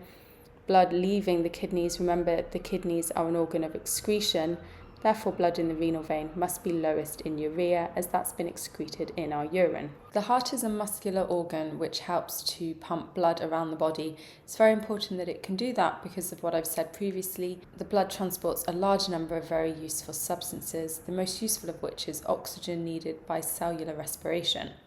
So in terms of the anatomy of the heart, it has 4 chambers, 2 atrium and 2 ventricles. Just be very careful when it comes to labelling the heart. The left and right sides are flipped compared with what you'd probably think, and that's because if you picked up the diagram and popped it into your chest, that's how the heart would actually appear. So notice that you have the left atrium, the left ventricle, the right atrium and the right ventricle. The separation between the left and right side of the heart, it's called the septum. A septum simply means a wall of muscle, such as your septum in your nose here. It keeps the left and right hand sides of the heart totally separate, and the reason for that is it stops the mixing of oxygenated and deoxygenated blood. The left side of the heart contains oxygenated blood. That means blood containing oxygen. The right hand side contains deoxygenated blood. That means blood containing no oxygen. So that's your broad layout of the heart. Next up, you have vessels which supply the heart. Any vessel that comes into the heart is known as a vein. Any vessel which leaves the heart is known as an artery. Arteries carry blood away from the heart. Try and remember that those 2 A's come together.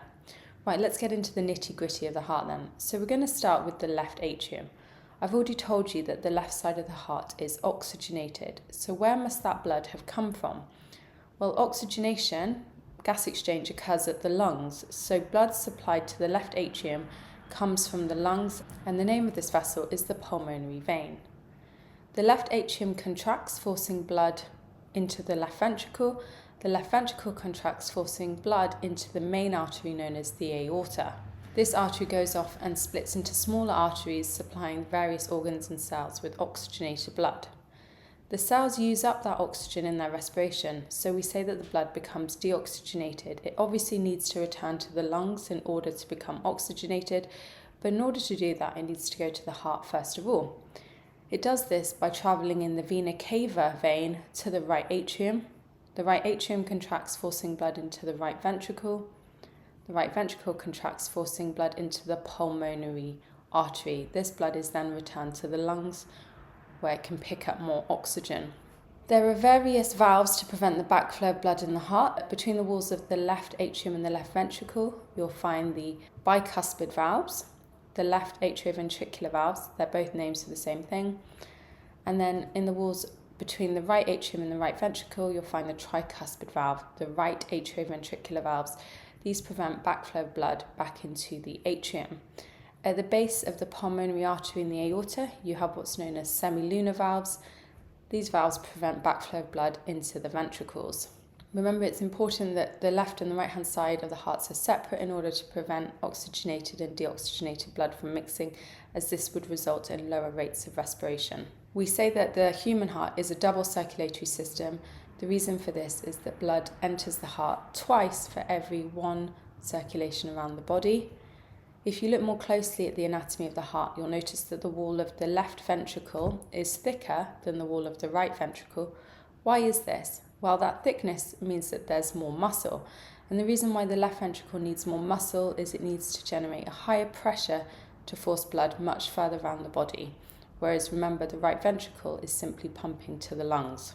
Next up, the coronary arteries. Now, the heart is the hardest working muscle in the body. It contracts myogenically all by itself throughout your lifetime. Now, the heart needs a huge amount of oxygen in order to carry out those contractions, and that's the role of the coronary arteries, which snake over the outside of the heart.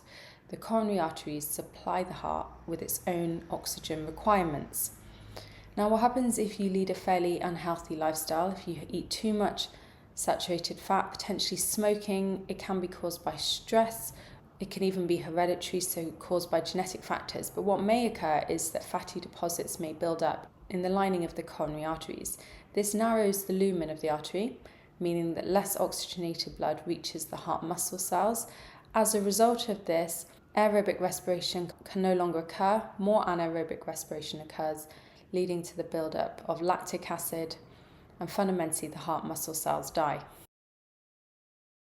The diagram shows a section through a human heart with the chambers labelled P, Q, R and S, which chambers contain deoxygenated blood, so we need the right side of the heart, which remember is this side, so it's P, which is the right atrium, and S, which is the right ventricle. So the answer here is B.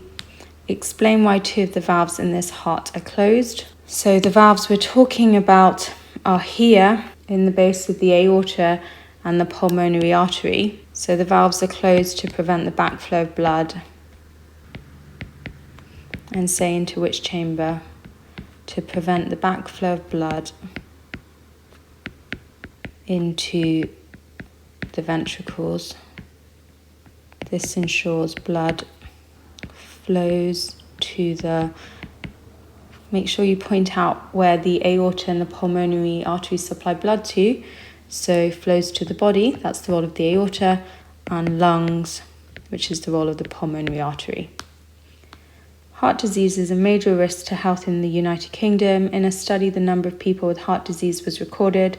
The table shows the results of the study. Give two conclusions that can be made from the study. First of all, we can see that males are more at risk than females from coronary heart disease. And again, if you look more closely at those figures, you can see that the risk of coronary heart disease increases with age.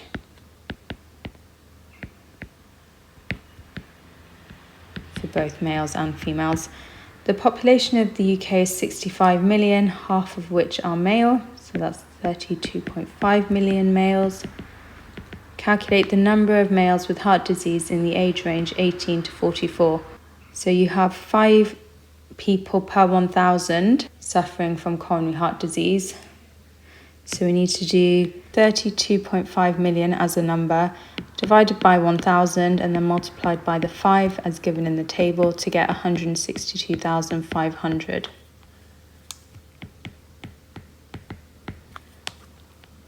Explain how heart disease can affect a person's health. So coronary heart disease leads to fatty deposits in the coronary artery,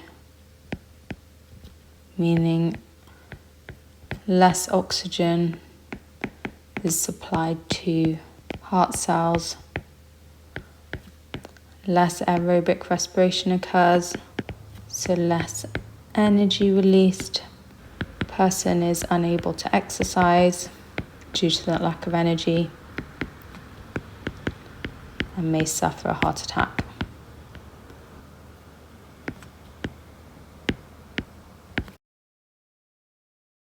Homeostasis refers to the maintenance of a steady internal environment. So in humans, the types of conditions we try to keep constant include our temperature, because 37 degrees is the optimum temperature for enzyme-controlled reactions. We like to control our blood water levels as well as our blood glucose levels through the action of insulin and the hormone glucagon. Now, the coordination response topic includes lots of content regarding plants. So obviously plants need to respond to various stimuli, and a stimuli is a change in the external environment. Plants will respond to things like gravity, water, and light levels.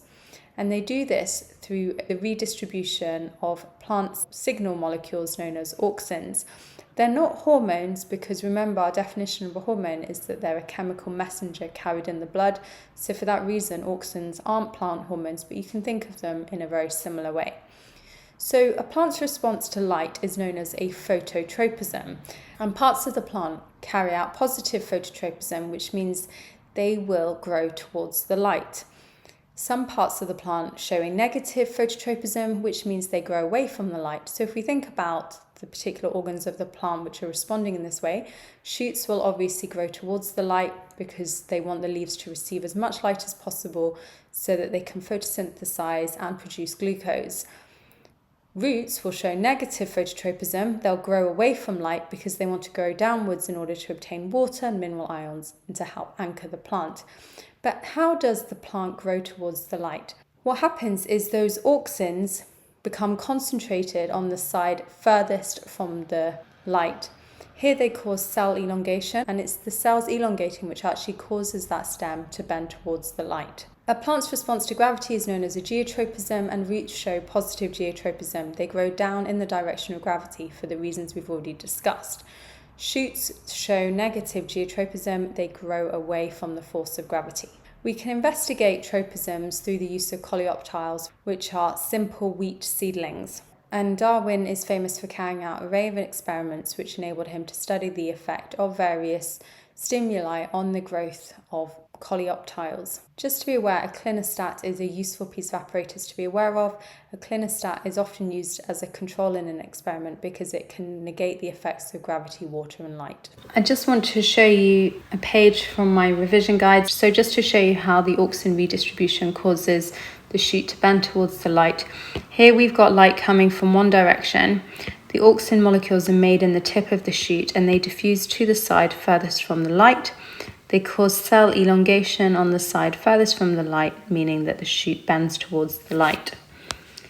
Here's a series of experiments involving coleoptiles, so those wheat seedlings, examining the action of auxin. So here we have light coming from one direction, and as we would expect, because nothing's happened to the plant shoot, the auxins are able to concentrate on the side furthest from the light, causing the shoot to bend towards the light.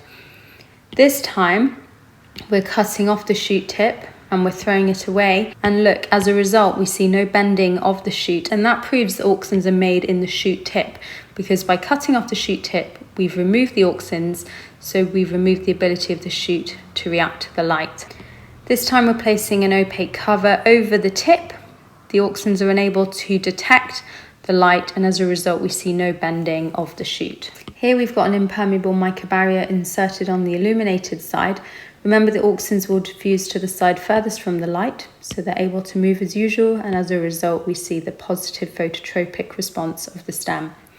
This time the mica sheet has been inserted on the shaded side, which is where you'd expect the auxins to diffuse to, and as a result they can't move properly, so we see no tropic response.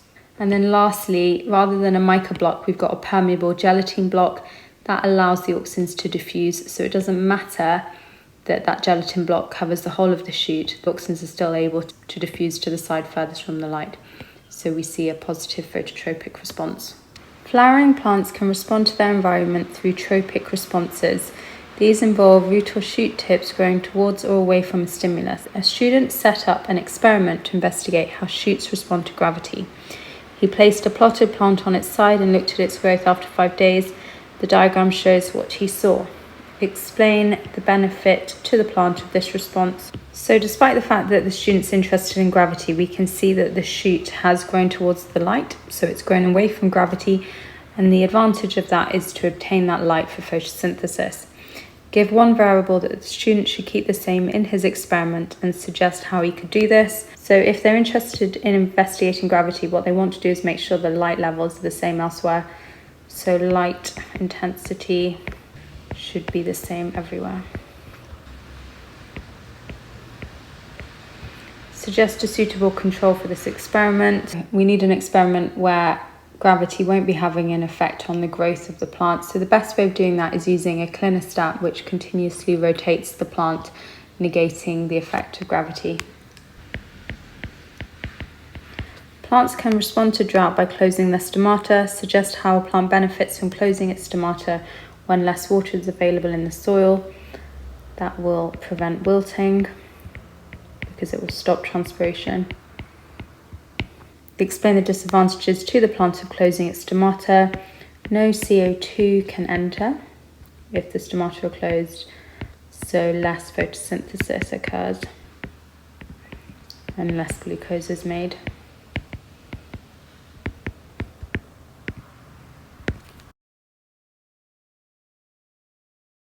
Now I want to talk to you about coordination and the nervous system.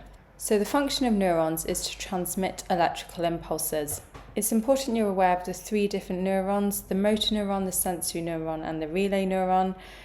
Be familiar with the shape of these neurons. Notice that motor neuron has that characteristic star-shaped cell body. The relay neuron sits between the sensory and motor neurons, so it is symmetrical at each end. Neurons have long axons in order to transmit the electrical impulse. Be aware of which direction that impulse passes along the neuron. The axon transmits electrical impulses away from the cell body. It has a very narrow region of cytoplasm surrounded by a cell membrane, and the axon itself is a single elongated nerve fibre.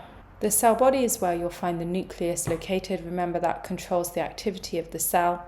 Also present on the neurons are things called dendrons. These are short extensions which come from the cell body. The dendrons divide into smaller branches known as dendrites, and the dendrons are responsible for transmitting the electrical impulse towards the cell body. The axon has a fatty layer surrounding it known as the myelin sheath. As with all fat, the fat acts as insulation and in this case helps to speed up the rate of the electrical impulse. If we zoom in on the sensory neuron transmits electrical impulses to either a relay neuron, a motor neuron, or the brain. The sensory neuron has a single axon which carries electrical impulses away from the cell body, and one dendron which transmits the electrical impulse to the cell body. The relay neuron sits between the sensory and motor neuron. It has short dendrons. The motor neuron transmits electrical impulses to an effector, which is either a muscle or gland.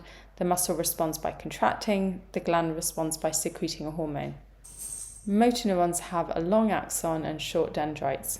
The human nervous system consists of the central nervous system. This is made up of the brain and spinal cord. The role of the nervous system is in the control and regulation of bodily functions. It can both be under involuntary and voluntary control by the brain. Responses can be split up into both reflex responses as well as a regular response. In a reflex response or a reflex arc, there is no conscious input from the brain. These are things which happen extremely fast, and the purpose of a reflex action is to protect us from harm, such as the time if you put your hand in a hot oven, you'll know that your hand withdraws itself without your need to register, oh, it's hot, oh, I don't want to burn my hand, oh, I must remember it. No. By that point, you'll have already removed your hand from the oven. So reflex actions are fast, they protect us from harm, and they don't involve conscious input from the brain. In order for our bodies to respond, we need something to respond to, and this is what's known as a stimulus. A stimulus is a change in the environment, so it could be a change in terms of whether you feel pain, whether there's heat, whether you're detecting something being hard or soft, whether you hear something, whether you see something. A receptor is a specialized type of cell which detects that change in environment. It detects the stimulus, so that could be your receptors in your eyes, your rods and your cones found in your retina, which are sensitive to light. Light is the stimulus in this case. There are lots of different receptors in your body which are sensitive to various different stimuli, such as light, pressure, temperature, taste, and pain. So if we think about what happens in a regular response, such as when our eyes detect light, say the rods detect low-level light, those are the receptors, then they're going to send an electrical impulse along the sensory neuron to your central nervous system, which is your brain in this case. Then an electrical impulse is sent along your motor neuron to an effector. In this case, it will be a muscle in your eye, probably the ciliary muscle, which will either contract or relax based on how far away an object is from your eye. In a reflex action, the steps are slightly different. So let's talk about the reflex action involved when you step on a sharp pin. So the stimulus is the pain. The receptors are present in your foot. An electrical impulse is sent along the sensory neuron to a relay neuron located in the central nervous system. That impulse passes to a motor neuron and then finally an effector.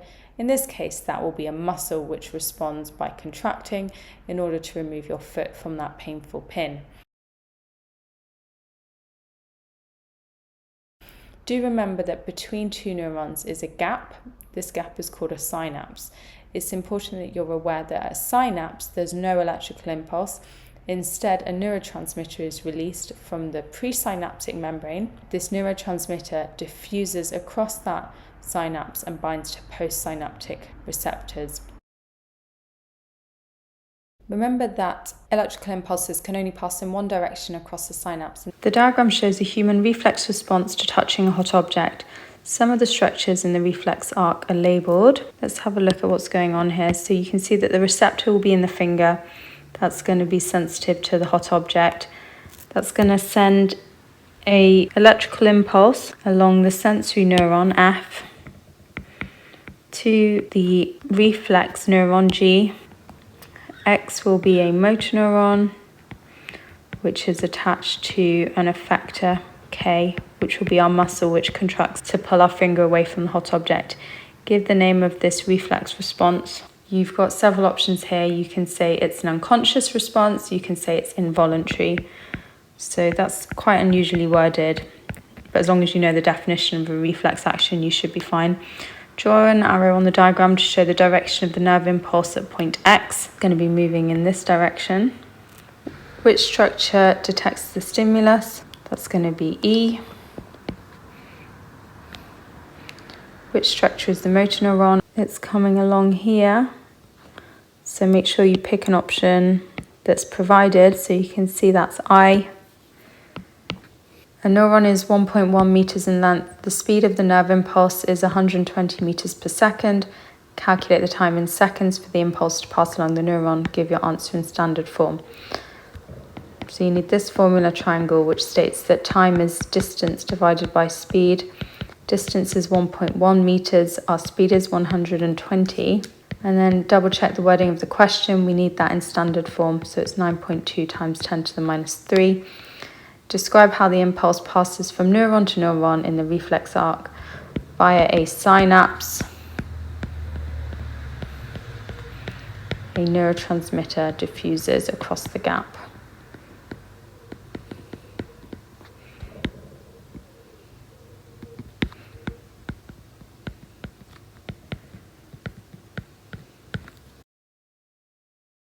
Now let's discuss the eye. So remember, the eye is a receptor organ. It is sensitive to light and it's adapted in order to create a clearest image as possible.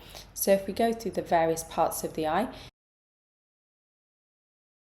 you've got your conjunctiva, which protects the eye. You've got the outer protective layer known as the sclera. You have your cornea, which is at the very front of your eye. This refracts light as it enters the eye.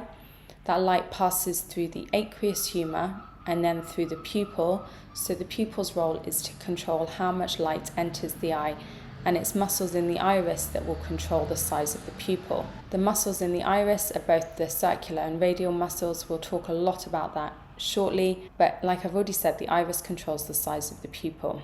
Moving backwards in the eye, we reach the lens.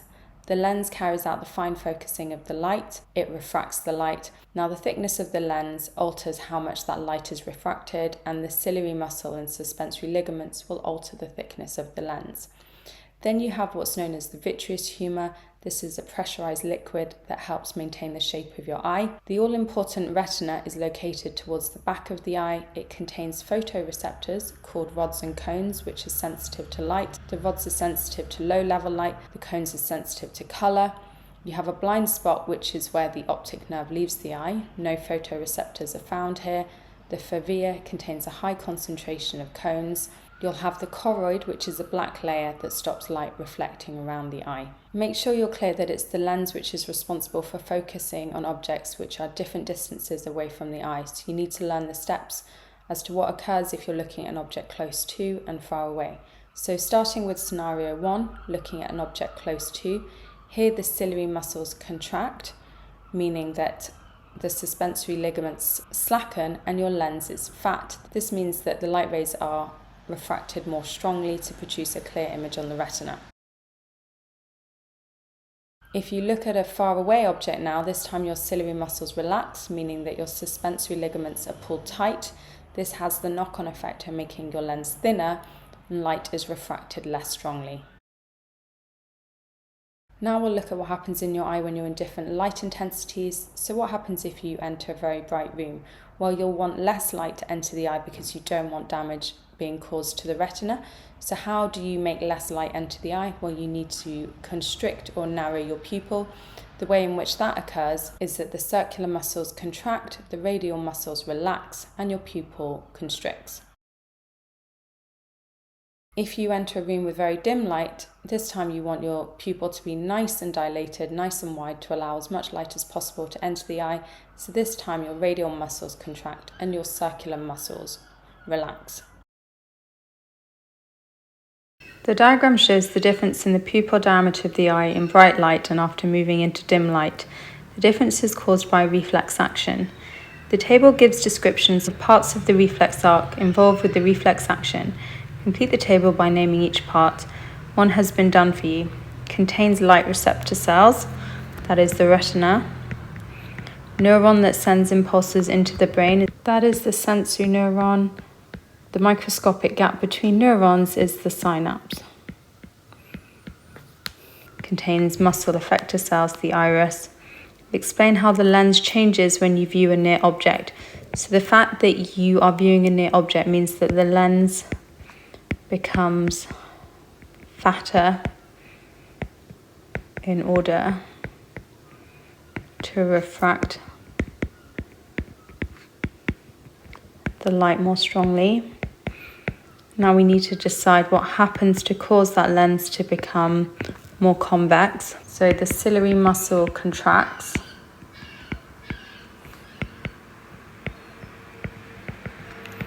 And the suspensory ligaments slacken.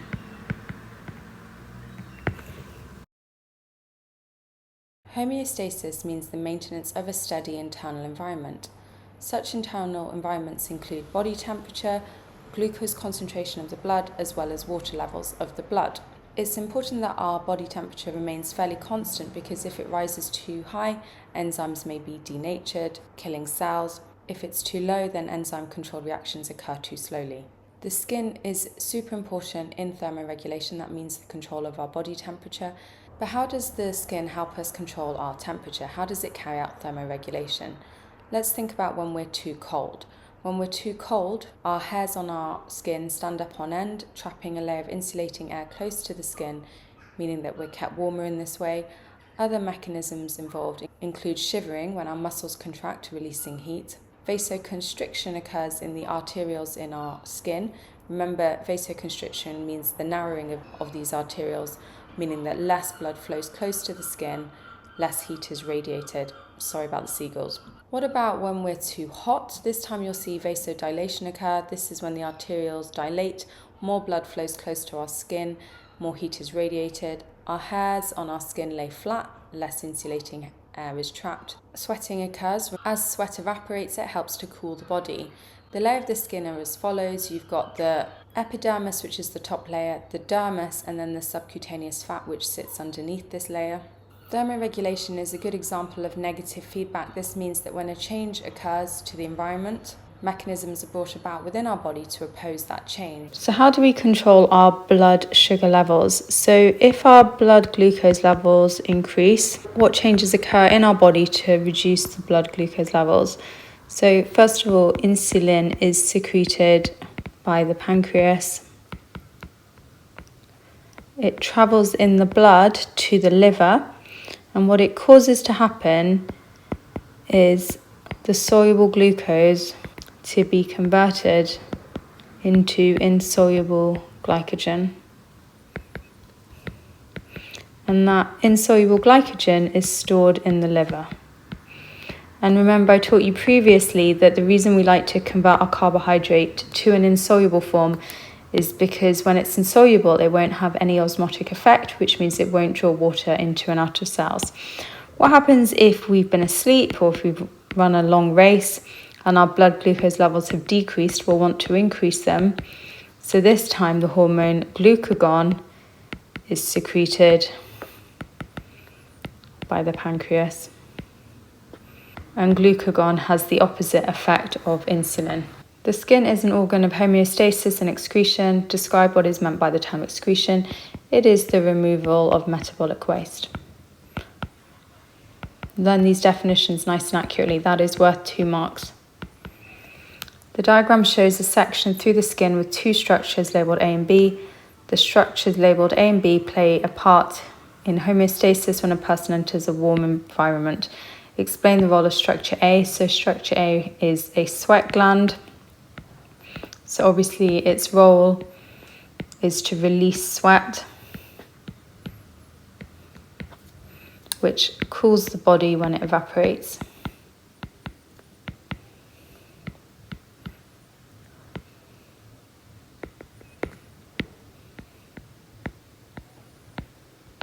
Explain the role of structure B.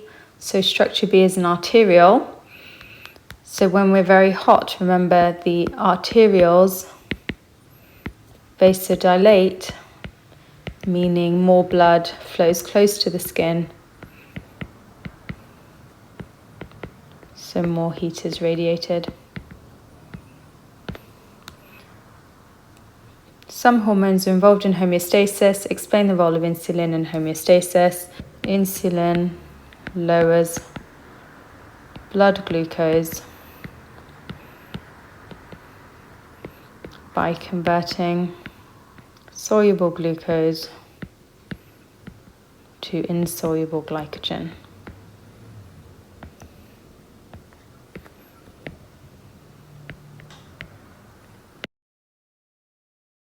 Now we move on to reproduction. So first of all, we need to start with a sperm and an egg cell. The sperm cell is what we call the male gamete. It is the male sex cell. The egg cell is the female gamete, the female sex cell. Remember that sperm are made in the testes under the control of the hormone testosterone. Eggs are made in the ovaries. Several hormones are important here: follicle stimulating hormone, luteinizing hormone, estrogen and progesterone all play a role. The moment that egg is released from the ovary, it then travels along the fallopian tube where it waits to be fertilized. The sperm enter the female's body during copulation. The sperm are deposited in the vagina. The sperm swims through the cervix, up through the uterus, where it fuses with the egg in the fallopian tube. This is the process of fertilization. Now do remember that sperm and egg cells are both haploid. They contain 1 set of chromosomes each. The reason for that is that when they fuse at fertilization, that the first cell formed, the zygote, contains a diploid set of chromosomes. It contains 2 sets of chromosomes. So ensuring that the sperm and the egg have half the number means that the diploid number is restored when that zygote is first formed. In order to form our embryo, the zygote must then divide. The type of cell division responsible for that is called mitosis. So we'll go from 2 cells to 4 cells to 8 cells, 16 cells and so on. Meiosis is a different type of cell division. Meiosis is used to produce the sperm and the egg cells. So meiosis takes place in the ovary and the testes. Meiosis is essential to this process because it introduces variation. It ensures that every sperm and every egg is genetically different, and that's important when we consider the offspring produced. Survival of the fittest states that there will be variation within a population, and those organisms better adapted are more likely to survive. So meiosis is one way of introducing variation. The other way is through random fertilization. You do not know which egg is going to fuse with which sperm. And this is why sexual reproduction has an advantage over asexual reproduction because of the variation produced. It helps in a changing environment. With asexual reproduction, when there's only the need of one parent, all offspring produced are genetically identical to each other and their parent, their clones. Although this is a super fast reproduction method, if conditions do change, it does mean that it's likely that all the organisms will die because none are better adapted to a particular environment. Let's focus in on great detail as to the structure of the male and female reproductive systems. So starting with the male reproductive system, I've already mentioned you have the testes. These are responsible for sperm production and it's under the influence of the hormone testosterone. There are 2 testes and they're held in a sac of skin known as the scrotum. The purpose of the scrotum is to, in effect, hold those testes outside of the body. This helps to lower the temperature, and it's that lower temperature which is vital for healthy sperm development. When that sperm is released, it passes along the sperm duct and various fluids are added from the prostate gland as well as the seminal vesicles. These provide nutrients to help the sperm to swim. The sperm then passes down a tube called the urethra. This will help convey that sperm as well as urine out of the male body. So the urethra is a tube which passes along the entire length of the penis, and it helps to convey sperm and urine out of the male body. The penis, as I've already said, it allows urine to exit the body. It also, in effect, places sperm within the vagina of the woman during copulation. Now we move on to the female reproductive system. So we'll start with the ovaries. The ovaries make the eggs. Remember, ovulation occurs, which is the release of an egg from the ovary, which is under the control of the hormone LH, luteinizing hormone. The eggs enter the fallopian tube. The other name for the fallopian tube is the oviduct.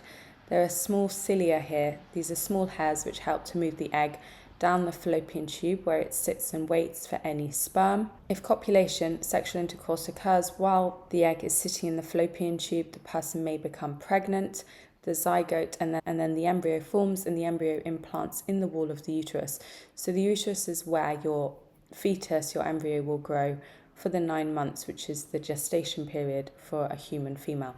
Gestation period just means how long she's pregnant for. The role of the cervix is to act as a boundary between the uterus and the vagina. It holds the growing fetus in place and forms the first part of the birth canal.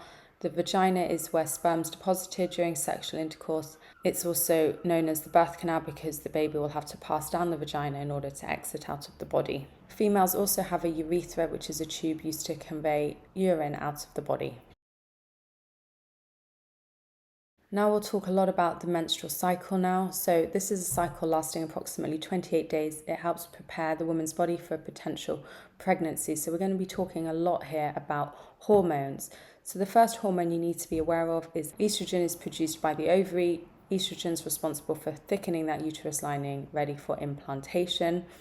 Progesterone is produced by both the ovary and the placenta later on in pregnancy. This helps maintain the thickness of the uterus lining. Now what happens if no sperm enters the vagina? The uterus lining is no longer needed. It doesn't need to be thick anymore, so effectively it breaks down. It is shed, and this is what we call menstruation, and it's the blood loss which is associated with a period. So menstruation just means blood loss. It is the shedding of the uterus lining. Now the placenta is a hugely important organ. It develops while the fetus is developing inside the uterus. It's an organ supplying the fetus with everything it needs for growth. So it will supply oxygen needed for respiration, glucose again needed for respiration. It will supply amino acids needed to develop muscles within that fetus, vitamins again needed for bone development, so that will be vitamin D as well as the calcium mineral ion. The placenta is also important for removing waste products produced by the fetus such as carbon dioxide and urea, and the placenta is adapted in order to ensure the transfer of these materials happens as efficiently as possible. It has villi which increase the surface area, meaning that diffusion of substances can occur much more quickly. It also has a good blood supply, lots of blood capillaries, and thin walls provide a short diffusion distance. The amniotic fluid is found within the amniotic sac, and it bathes the growing fetus, effectively acting as a shock absorber, meaning that the fetus is less vulnerable to any physical impact. The diagram shows the human female reproductive system. I'm just going to practice labeling it. Make sure you can do this too when you're doing past paper questions. Here's your ovary, fallopian tube,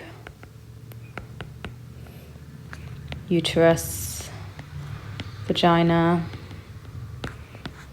cervix. Where does fertilization normally occur? That's within the fallopian tube, so that's A. State how estrogen and progesterone affect structure C during the menstrual cycle.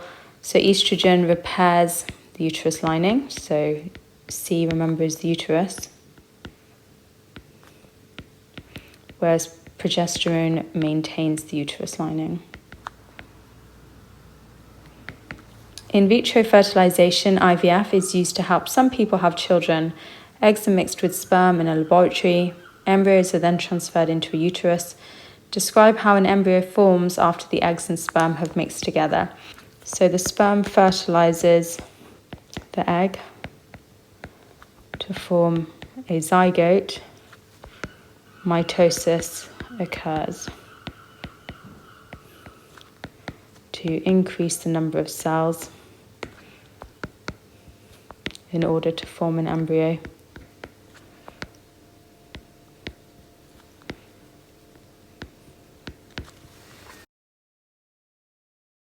Sexual reproduction occurs in both animals and plants. Now, obviously in humans, reproduction is all to do with the male gamete, the sperm, fusing with the female gamete, the egg, in order to produce the zygote that through multiple cell divisions turns into an embryo and later on a fetus and a baby.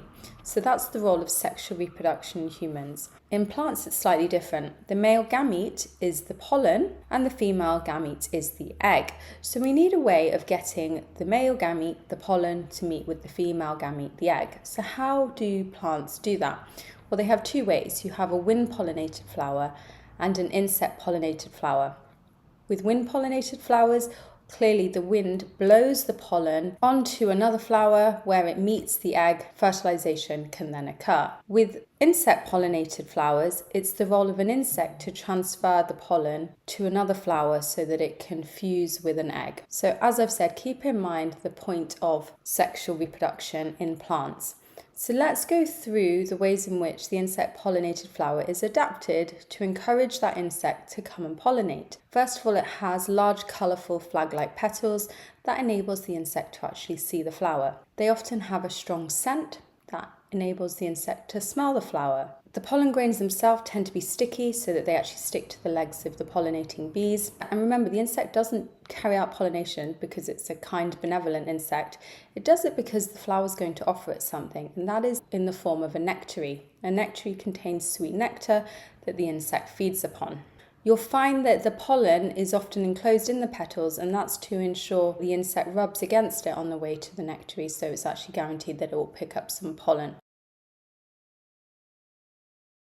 With wind-pollinated flowers, you'll find that they have dull, small petals. After all, the wind doesn't care how beautiful the flower is. It doesn't need to see the flower. You'll find that there's no scent. You'll find that there's a lack of nectary. The pollen tends to be small and lightweight, so it can easily be carried by the wind. The anther, which contains the pollen, hangs outside so that the pollen can easily be blown away. And the stigma, which captures the pollen, will be feathery and have a large surface area in order to capture as much of the pollen as possible. So now let's go through all the steps involved in pollination and fertilization in a wind-pollinated flower. So first of all, we need pollination to occur. This is the transfer of pollen from the anther where it's made to the stigma. Remember, the anther and the filament form the male part of the flower. The stigma, style and ovary form the female part of the flower. So when that pollen transfers from an anther to a stigma, pollination occurs. The pollen lands on the stigma and a pollen tube grows down the style. This enables the pollen to be delivered to the ovary where it fuses with an egg, and that's the process of fertilization. The pollen actually enters the ovary via a special structure known as the micropyle. A couple of extra points. A structure known as the ovule becomes the seed, the ovule wall becomes the seed coat, and the ovary becomes the fruit.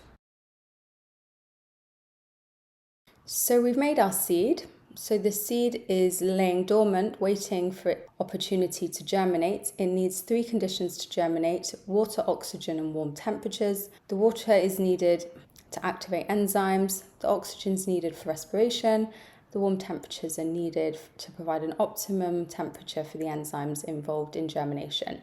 So what is germination? Well, what you'll see happen is the seed coat bursts, a small shoot known as a plumule grows upwards, and a small root known as a radicle grows downwards.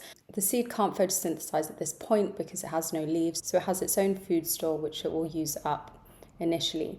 When the first few leaves start to grow, at this point photosynthesis can take place and the plant starts to produce its own glucose. Now, asexual reproduction in plants requires only one parent. It produces clones, which are genetically identical offspring. A good example of asexual reproducers are strawberry runners and potato tubers. Humans can also artificially carry out asexual reproduction by taking a cutting. That's when you use a pair of scissors to cut off a small piece of plant which you dip in rooting powder containing auxins. This encourages root formation. There's another type of asexual reproduction called micropropagation, and we'll talk about this a little later. The diagram shows a wind-pollinated flower with some structures labelled W, X and Y. This is the stigma, here's your filament and the anther. Describe how structures W, X and Y are adapted for wind pollination. So W, the feathery stigma enables more pollen to be captured. Y, the long filament hangs outside the flower. X, exposed anther means pollen can easily be blown away.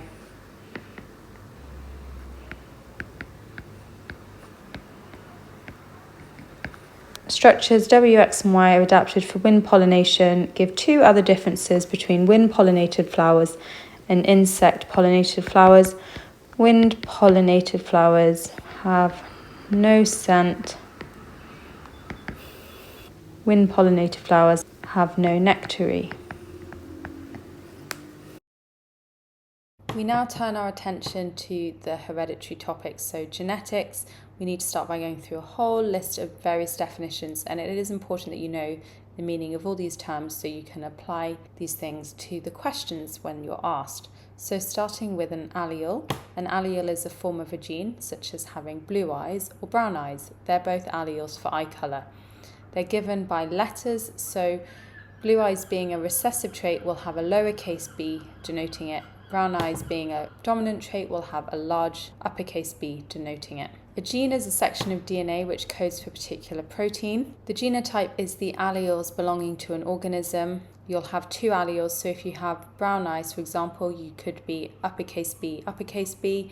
Blue eyes would be lowercase b, but that is your genotype, whereas your phenotype is the physical appearance of a trait. So that is whether you have brown eyes or blue eyes. It is not the same as the genotype. Make sure you're clear on that, and we will look at some past paper questions to help you here. Homozygous means that you have two of the same alleles, such as two lowercase b's or two uppercase b's. Heterozygous means that you have two different alleles, such as a capital B and a lowercase b. A recessive trait, the alleles are only expressed in the homozygous state. That means you'd need lowercase b, lowercase b. As soon as that uppercase b is present, then the dominant trait would be expressed. Dominant is when only one copy of an allele is needed to express a particular trait. Moving on to haploid and diploid. Haploid means containing only one set of chromosomes. In humans, this is 23 chromosomes. Diploid means containing two sets of chromosomes. In humans, this is 46. Monohybrid inheritance means that one gene is responsible for a particular phenotype. Polygenic inheritance means that many genes are responsible for a phenotype, and in actuality, that does tend to be the case for most traits. In most cases, many genes contribute to a particular phenotype. So let's take a simple genetic cross. A heterozygous brown-eyed mother and homozygous blue-eyed father want a baby. What is the probability that their baby will have blue eyes?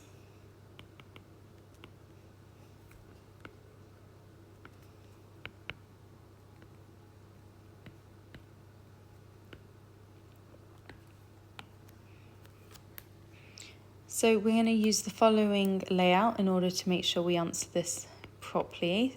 Please don't rush this. You want to write mother, father, phenotype,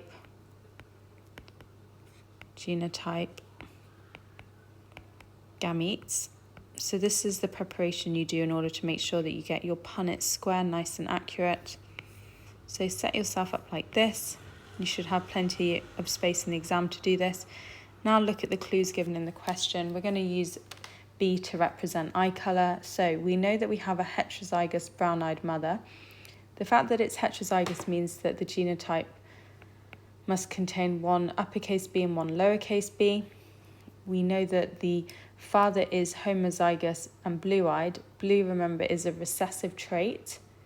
Homozygous means that those alleles are the same. So there's the father's genotype. We're now ready to write down the answers in our table. So the phenotype of the mother is that she has brown eyes, because remember, phenotype is the physical appearance.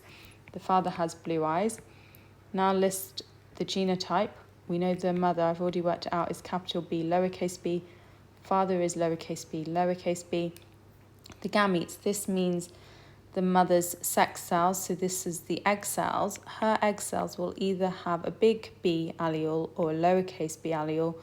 The father's sperm are all going to be that lowercase allele. This means you're now ready to set up your Punnett square. So it should look something like this. Just list those alleles again. It's up to you if you circle them. Give yourself plenty of space. And the Punnett square will enable you to work out the possible likelihood of that baby having blue eyes. So just list the various genotypes. And you should give yourself space to list the phenotypes underneath. So this baby here will be brown-eyed. This one will be blue-eyed, brown-eyed, blue eyes. So in terms of answering the question, our probability is that there's a 0.5 chance of the baby having blue eyes. Although percentages aren't technically probability, you'd also get away in biology with writing 50% chance or 1 in 2 chance.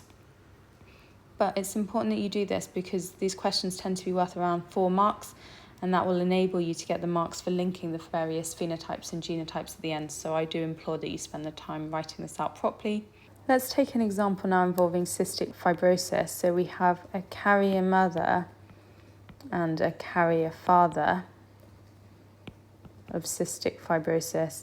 Cystic fibrosis is a nasty disease caused by the recessive allele. I'm going to call that C. So in order to have cystic fibrosis, you need 2 lowercase c's. So the carrier mother automatically tells me that her genotype must look like this, the same for the father. It's because they contain that lowercase allele, which is responsible for causing cystic fibrosis, but because it's a recessive disease, they've got this healthy allele, which luckily for the carriers means they don't suffer with any of the effects. But if we actually have a look at the cross this time, we're going to use the exact same layout as before: mother, father, phenotype, genotype, gametes. Like I said, it works every time. So you can write healthy or carrier here, it's up to you. I've already worked out the genotypes. So half of those egg cells will be healthy, half will contain that lowercase c, same for the sperm. And then if we look at the Punnett square, that's a healthy child. Here is a carrier, still healthy though. It's that final child here which will have cystic fibrosis. We can say that these ones here are carriers and that this one's entirely healthy.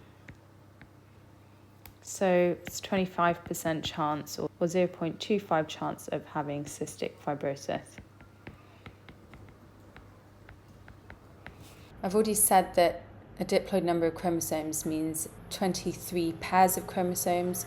One pair is actually known as the sex chromosomes, and this determines whether someone is male or female.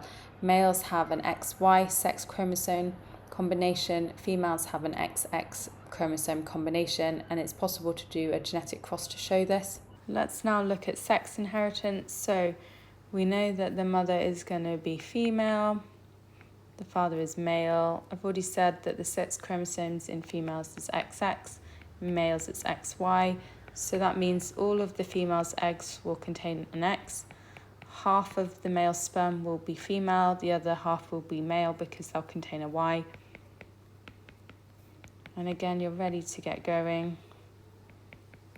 So this baby here will be female, this baby here will be female, this baby here will be male, this baby here will be male, hence why there is a 50-50 chance of having a girl versus a boy. Pedigree analysis is used to show how a particular genetic condition is passed on from generation to generation. They are in effect family trees. So you will have the grandparent level, the parent level, the grandchild level, and you'll be able to see a male and a female and the children they produce, and then using the key you'll understand whether they have a particular condition or not. The great thing about pedigree analysis, or pedigree tree is it allows you to work out whether a particular condition is a recessive or dominant condition. So for example, if two healthy parents, and you'll be able to use the key to work out if they're healthy or not, have a child with the condition, it tells you that the condition is recessive and that both parents must have been carriers. That's the only thing that can be true if they're both healthy but their child has the condition. Equally, you'll be able to work out based on the number of people suffering from a particular disorder whether it's a dominant condition or not based on how many people have it in that pedigree tree. And we'll look at an example now to really take you through step by step so you can work out the sort of thinking you'll need to unpick these questions. Familial hypercholesterolemia, FH, is an inherited condition caused by a dominant allele. People with the condition have high levels of cholesterol in their blood, and this increases the risk of dying from blocked arteries. The diagram shows the pattern of inheritance in several generations of a family with FH. So as I said, here's the all-important key down here that will tell you that all the squares are males, all the circles are females. If it's shaded in, then they must have the disease. If it's blank, then they are healthy. So the first thing you want to do is work out what genotypes would be required to cause FH. We know it's a dominant condition, which means that either this combination or this combination will cause the disease FH. The only way you can be healthy is to have the recessive genotype, which looks like this. It's very important that you get to grips with what the information is telling you. So if we look at part A, person A is heterozygous for FH. Use this information to complete the table. So we've been told that this person has two different alleles. We can immediately label all of the unaffected healthy people's genotypes because I've already said they must be lowercase h, lowercase h. So we're being asked how many people are homozygous recessive. Homozygous means they have two of the same allele. Recessive tells me that they're both lowercase.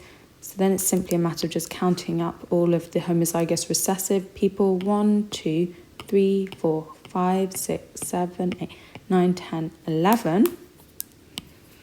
What about homozygous dominant? Homozygous, two of the same allele. Dominant tells me that they're both capital H. So now we need to work this out.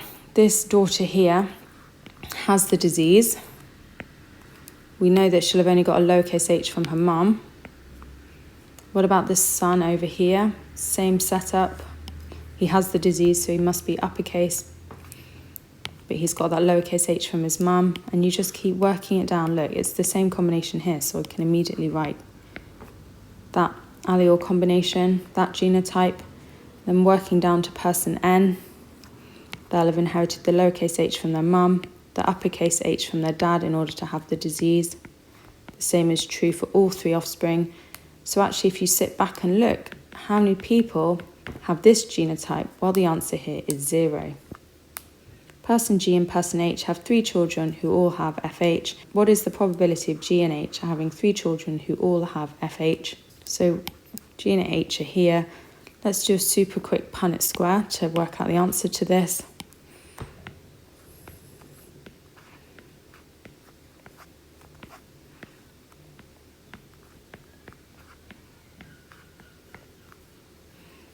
So these two people here will be diseased, so 0.5 chance of having the disease because they have this genotype.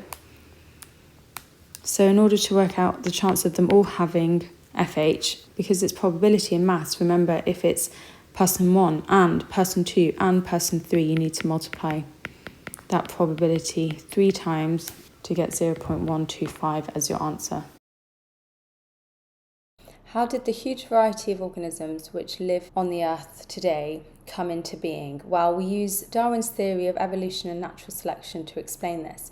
So your definition for evolution is that all the organisms alive today, and many more which are now extinct, evolved from simple life forms which first came into being over 3.2 billion years ago. Natural selection explains how organisms became adapted to their environment.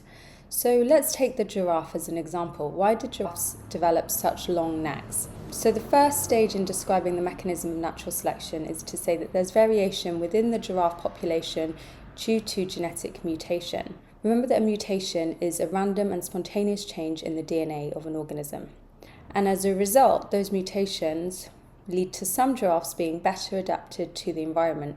So, for example, some giraffes had longer necks, which enabled them to reach more food. The longer necks enabled the giraffes to survive, and as a result of surviving, they could reproduce. By reproducing, they were able to pass on these favourable genes to their offspring, so their offspring also had longer necks, and the process repeats over several generations. And we can use this framework, which I'll add now, to describe natural selection in a whole variety of organisms. We can also use natural selection to explain why antibiotic resistance is becoming an issue. So antibiotics are used to kill bacterial diseases, and over the years they've been used very effectively. However, increasingly antibiotic resistance is becoming an issue whereby pathogens which were previously killed by the antibiotics are no longer affected. So how do we use natural selection to explain this? Well, again, there's variation within the bacterial population due to mutation, and some of the bacteria develop a mutation that enables them to not be killed by the antibiotic. Clearly, these bacteria then survive and they reproduce, and before long the entire bacterial colony is now resistant to that antibiotic. The most famous example is MRSA, methicillin-resistant Staphylococcus aureus. Staphylococcus aureus is a bacterium which was previously killed by methicillin, which is a relation to the more familiar penicillin. MRSA was a huge issue in hospitals a few years ago, and we are seeing an increased number of superbugs which are resistant to these antibiotics. The diagram shows sandpipers feeding. Sandpipers have long beaks so that they can dig for worms in the mud. Explain how sandpipers evolved to have long beaks. This is your bread and butter when it comes to a natural selection type question. It's always worth a large number of marks. So we're going to start by saying by the mechanism of natural selection. Now let's go through that scaffold I just talked about. There is variation within the sandpiper population due to mutation. Some evolved to have longer beaks, which enabled them to reach more food. These sandpipers were more likely to survive and reproduce and pass on their favourable genes to their offspring.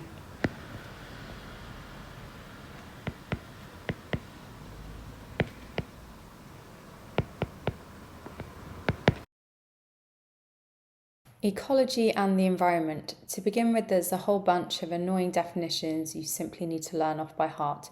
So we'll start with the definition for ecosystem. This is the interaction between all the species and their environment. The definition of environment, the total non-biological components of an ecosystem, e.g. the water, the soil and the air. The habitat is simply the place where the organism lives. The population is specifically all the individuals belonging to the same species present in an ecosystem. Community, this is the population of all the species found within a particular ecosystem. They often ask you how to gain an estimate for the number of plants in a particular area. So for example, the number of daisies in a sports playing field. So how would we do that? Well, the method you need to describe involves the use of a quadrat, which is a wire metal frame, tends to be 1 metre by 1 metre. Because obviously we can't count the number of daisies on every single square inch of the field, we use a quadrat to get a sample. So one of the marks available is for saying that you place the quadrat randomly using a random number generator. What that means is if you break up the field into a grid, so for example, along one side of the grid you go A, B, C, D, on the other side of the grid you go 1, 2, 3, 4, etc. Each metre of the square will have a different grid reference, and you can use a random number generator to help you place that quadrat randomly within the field. You then count the number of plants present in your quadrat, you place several quadrats, and then you multiply up your answer to gain an estimate for the whole field. Biodiversity refers to the variety of animal and plant species present within an ecosystem. Biotic factors refer to living factors which affect a particular species. So for example, what kind of living factors affect the rabbit population? Well, that could be the presence of any pathogens which cause disease within the rabbit population. It could be the presence of predators like foxes, which feed upon the rabbits. It could be the presence of other rabbits which compete for mates, food, or breeding sites. Abiotic factors refers to non-living factors. If we're considering the abiotic factors which affect a plant, it could be the soil pH, it could be the availability of water, mineral ions, light intensity, carbon dioxide concentration. So do make sure you can list a variety of abiotic and biotic factors. Now, one part of this topic which comes up a lot is food chains and food webs. Food chains and food webs are very tightly interlinked. A food web is simply made up of multiple food chains. Now, a food chain represents the energy transfer within a particular ecosystem, and it always starts with a producer, which is an organism which photosynthesizes. It makes its own food. For example, grass uses sunlight energy to make glucose.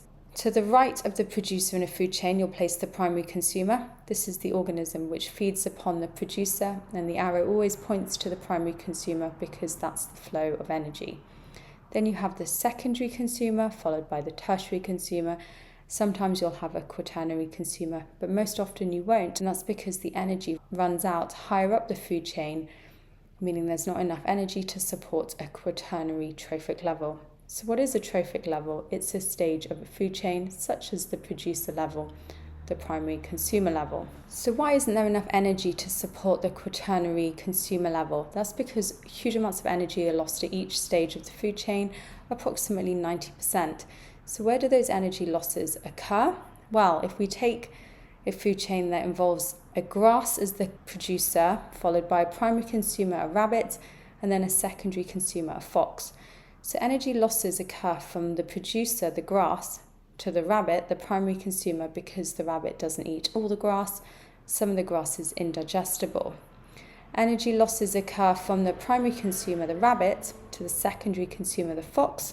Think about why. Because some of the rabbit is inedible again. You can't eat its teeth. The fox won't be able to eat its fur.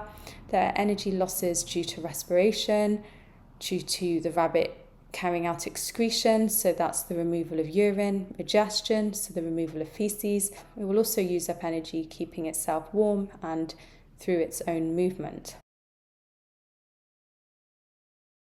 And that explains why some unethical intensive farming practices keep animals close together, for example, pigs kept in tiny pens, because it stops them moving around, it stops them getting cold, it helps conserve their energy so they can convert that to meat for human consumption.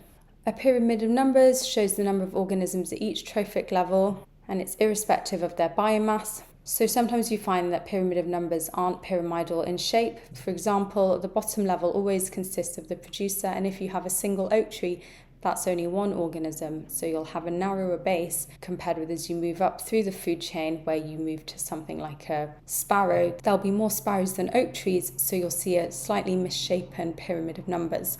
Because biomass refers to the total amount of living material within an organism, you do find that pyramids of biomass are pyramidal in shape, because you'll find that the producer has greater mass compared with organisms further up the food chain. I'm going to use this food web here to explain how food webs work, and then we'll answer the past paper question.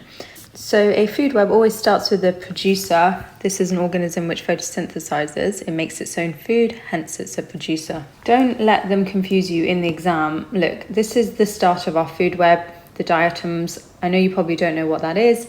It's a single-celled algae, and this is actually going to be photosynthesizing. So yes, it's our producer.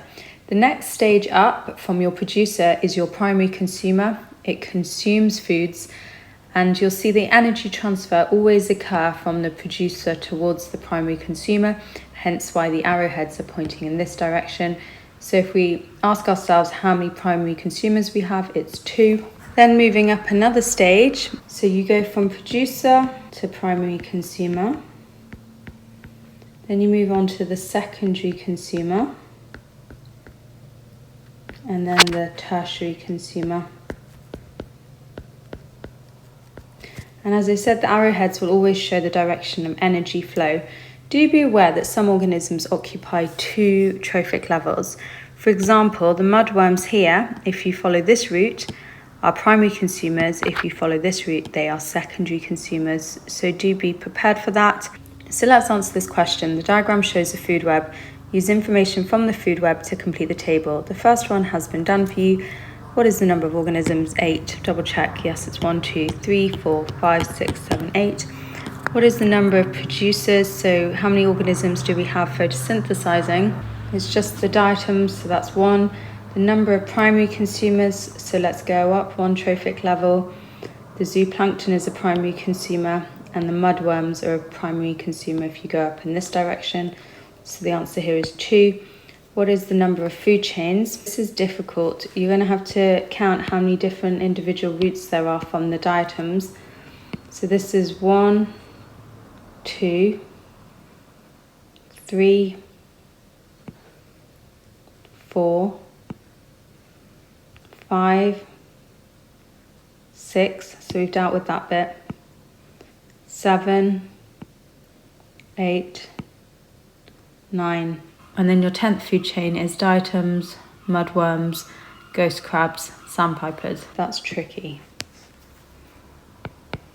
Scientists collect data from a grassland ecosystem. For each trophic level, they determine the mean number of organisms in a square metre, the mean dry mass of these organisms in a square metre. The table shows the scientist data. Draw a labelled pyramid of numbers for this data. So pyramid of numbers means we need to be looking down this column.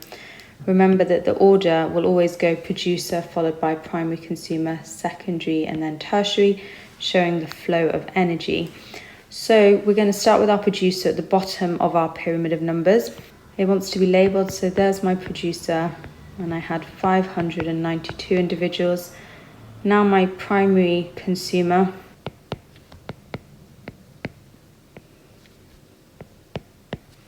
secondary consumer, there was only 35 of those, and then lastly the tertiary consumer, there was only 3 of them.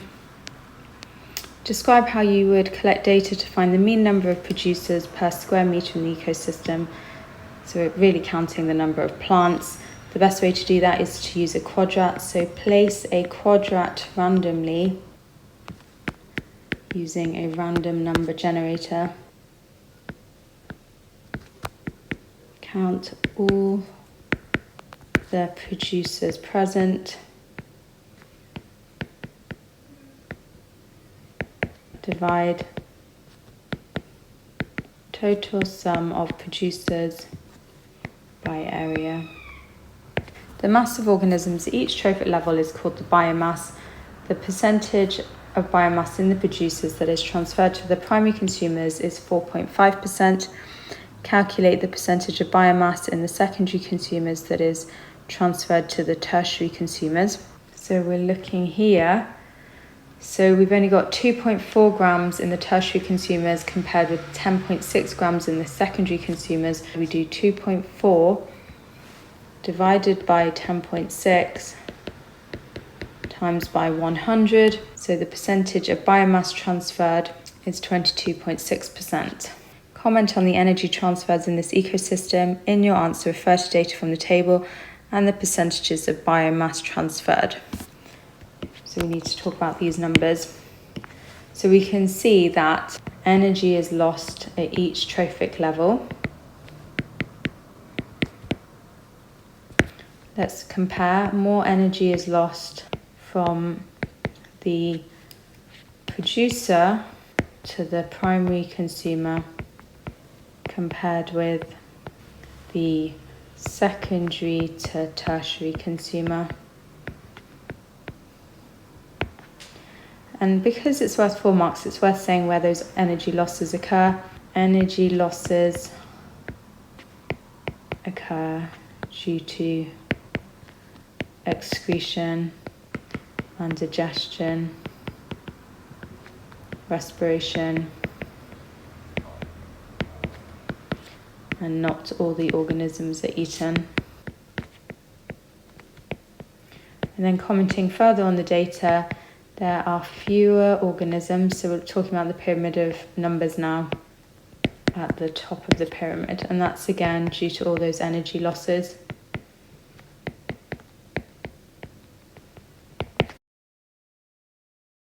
The carbon cycle describes how the element carbon is cycled through the atmosphere and the bodies of living organisms.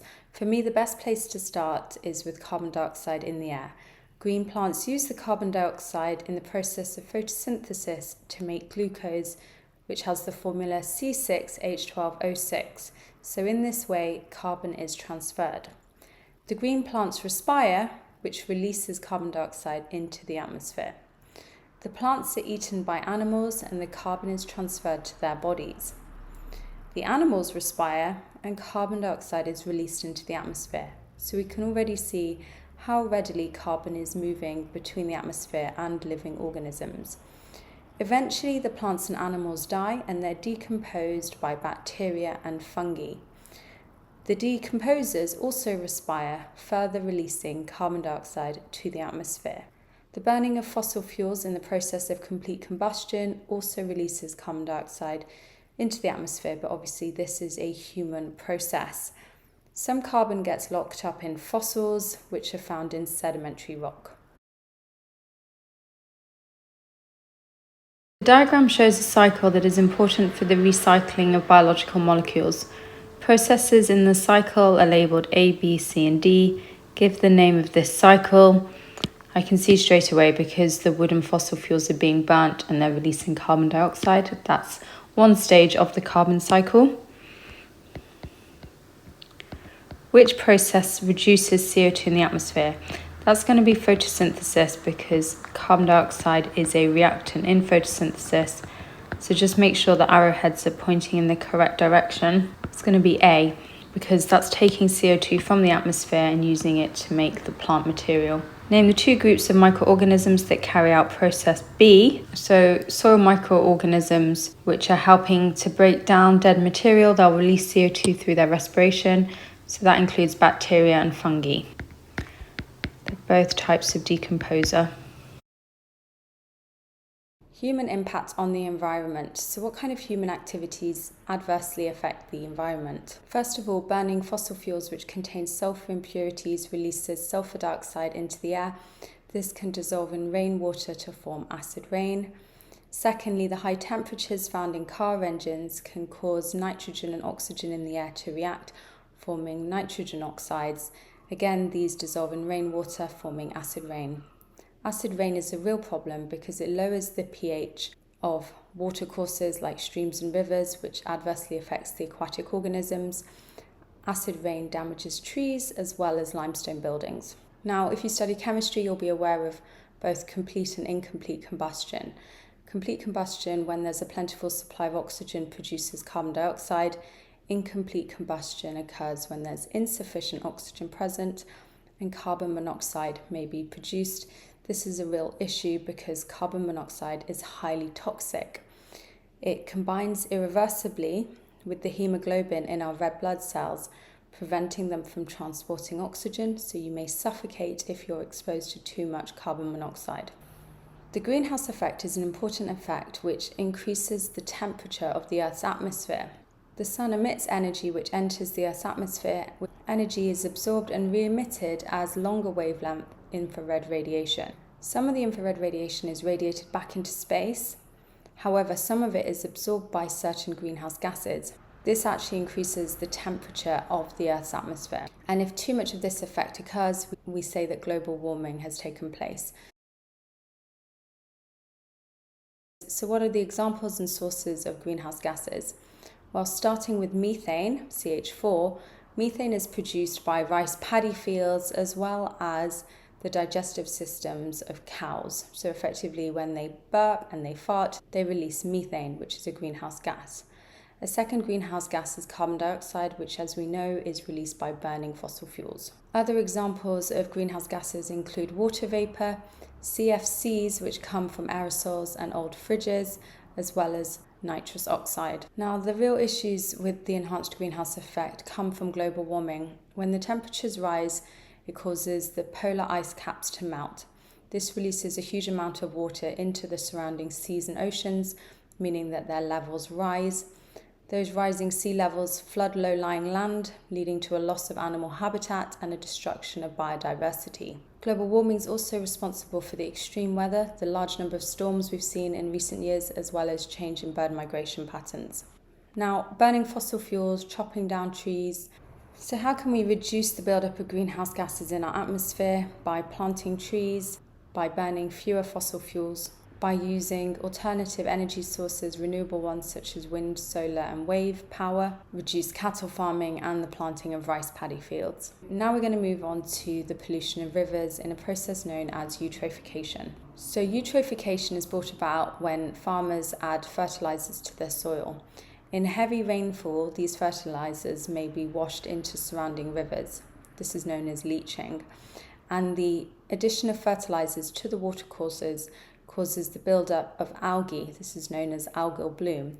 And the algae block the light for aquatic plants, meaning that they can't photosynthesize and they die. Large amount of dead plant matter provides food for bacteria. The bacteria decompose the plant matter, and as they do that, they carry out aerobic respiration, which uses up the oxygen within the river. Before long, there's no oxygen available for aquatic organisms, including fish, so these organisms die. This passage describes water pollution caused by untreated human sewage and by fertilizer. Complete the passage. If sewage gets into fresh water, it will increase the number of pathogenic bacteria. Yep, because poop is full of bacteria. The sewage contains waste organic material in the form of, it's going to be feces, which is the scientific way of describing poop. Microorganisms break down this material using a process called aerobic. Respiration always follows aerobic. This process reduces the level of oxygen in the water, making it less likely for larger organisms to survive. Fertilizers can get into the water by a process called leaching. That's when the fertilizers wash into the surrounding watercourses. The minerals present in the fertilizer, such as nitrates, cause the rapid growth of plants in the water. Food production. So why do farmers choose to grow lots of their crops inside polytunnels and greenhouses? Let's think about the various advantages. So the first advantage is that both greenhouses and polytunnels trap infrared radiation. I'm sure if you've ever been strawberry picking, you'll notice how much hotter it is within the polytunnel. This raised temperature is great for the plants because it optimizes the temperature for the enzymes involved in their chemical reactions, including photosynthesis, meaning that they can grow faster as a result of making glucose more quickly. The other good thing about polytunnels and greenhouses is they trap water released by transpiration. This increases the humidity of the polytunnel, therefore actually reducing transpiration rates, which again is good for plant growth. Now, in the winter, it's possible to artificially heat the polytunnels, as well as to add artificial lighting so that it's light for 24 hours a day. They often grow tomatoes in this way in Iceland. And again, it means that the plant can grow all day long. You can also optimize the carbon dioxide concentrations within greenhouses and polytunnels. And remember, carbon dioxide concentration is a limiting factor of photosynthesis, so it is worth providing an optimum concentration. Farmers will also provide mineral ions such as nitrates because plants use them to build protein, as well as magnesium ions, which the plants use to make chlorophyll found in chloroplasts. Pests are frequently an issue for farmers, for example aphids, which damage the phloem of plants feeding directly on the sucrose present in the phloem. There are two approaches to killing these pests. One is a chemical pesticide. These are chemicals which the farmer applies directly to the crops. They tend to be very effective, they're very expensive, they're non-specific. It means that as well as the pest, they'll be killing lovely pollinators like honeybees, but they are easy to use. An alternative and more kind approach is using biological control. This is when you add a predator species which hunts and kills the particular pest. A good example is a farmer buying a whole load of ladybirds which they add to their crops which feed upon the aphids. Despite the fact that they are supposed to be specific and that, for example, the ladybird should be feeding on the aphids, it's hard to control what the ladybird is actually feeding upon. The other issue is that it can be a much slower way of killing the pest because it takes a while for the ladybirds to feed. But the great thing about this approach is it's a self-sustaining approach. those ladybirds will reproduce, meaning that technically speaking, this approach could work for many years. The other issue with pesticides is that bioaccumulation and biomagnification may occur, which is when that pesticide builds up within a food chain and becomes toxic to other organisms within the food chain. Farmers sometimes use biological control to reduce the damage to their crops caused by pests such as insects. Which of these is an advantage of using biological control over chemical control? It lasts a short time. That's not an advantage, that would be a disadvantage. And the whole point of biological control is that it's self-sustaining, so it's not that. It leads to bioaccumulation, that's not a positive thing, so it's not that. It is specific, yes, that is an advantage of using biological control. It's quicker, it's definitely not, because the animals take quite a while to eat the pests. Aphids are tiny insects that have very sharp mouthparts. They push these mouthparts into the phloem found in stems. They then feed on the phloem contents. Name 2 substances the aphids obtain from the phloem, that's amino acids and sucrose.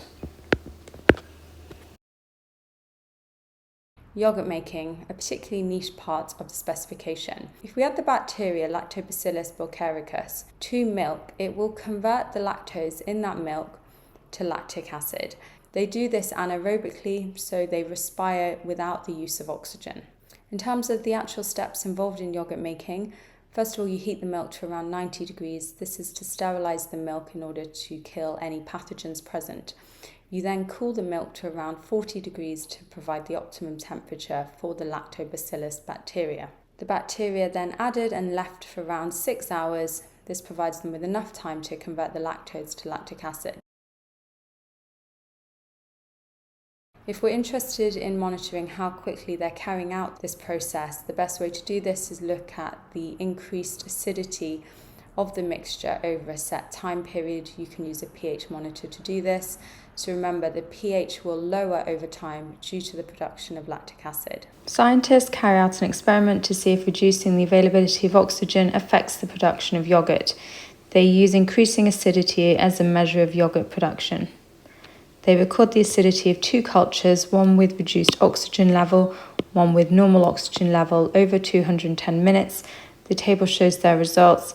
Explain why increasing acidity can be used as a measure of yogurt production. So you need to think what happens in yogurt production is that the lactobacillus converts the lactose to lactic acid. Therefore, we have increased acidity.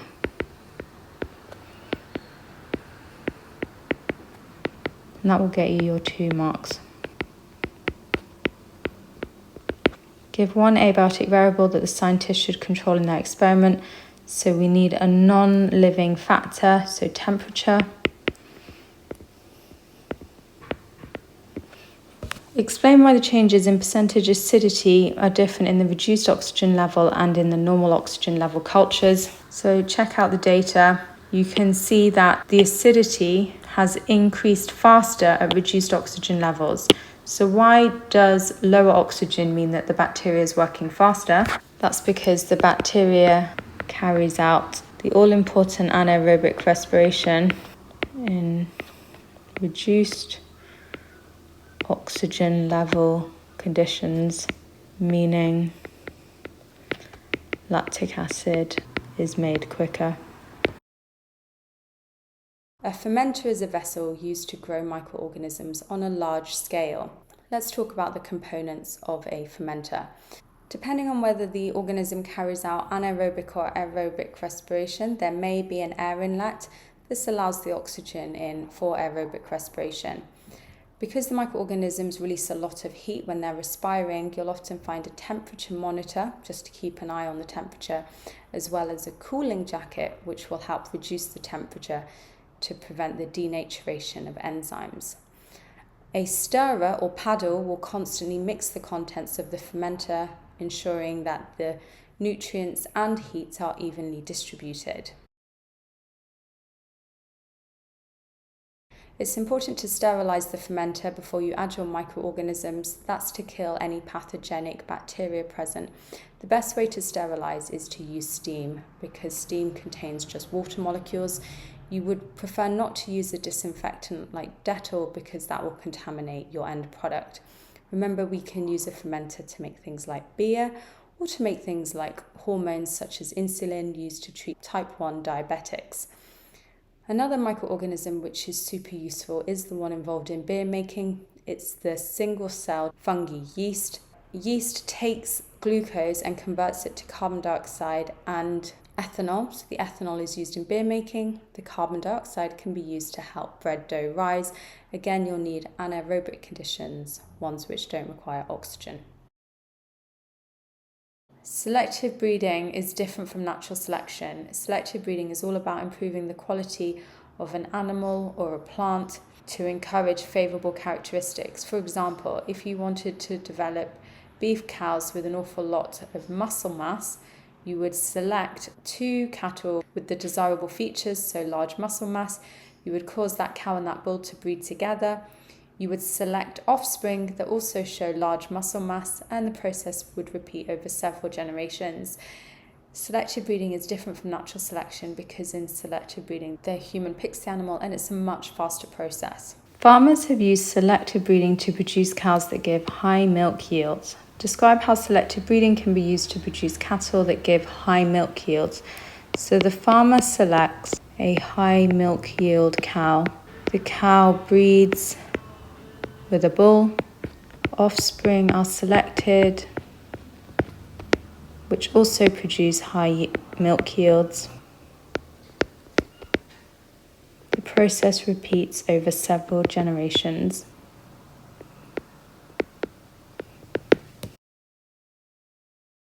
Now, genetic modification or genetic engineering refers to the alteration of genes in microorganisms in order to produce a desired product.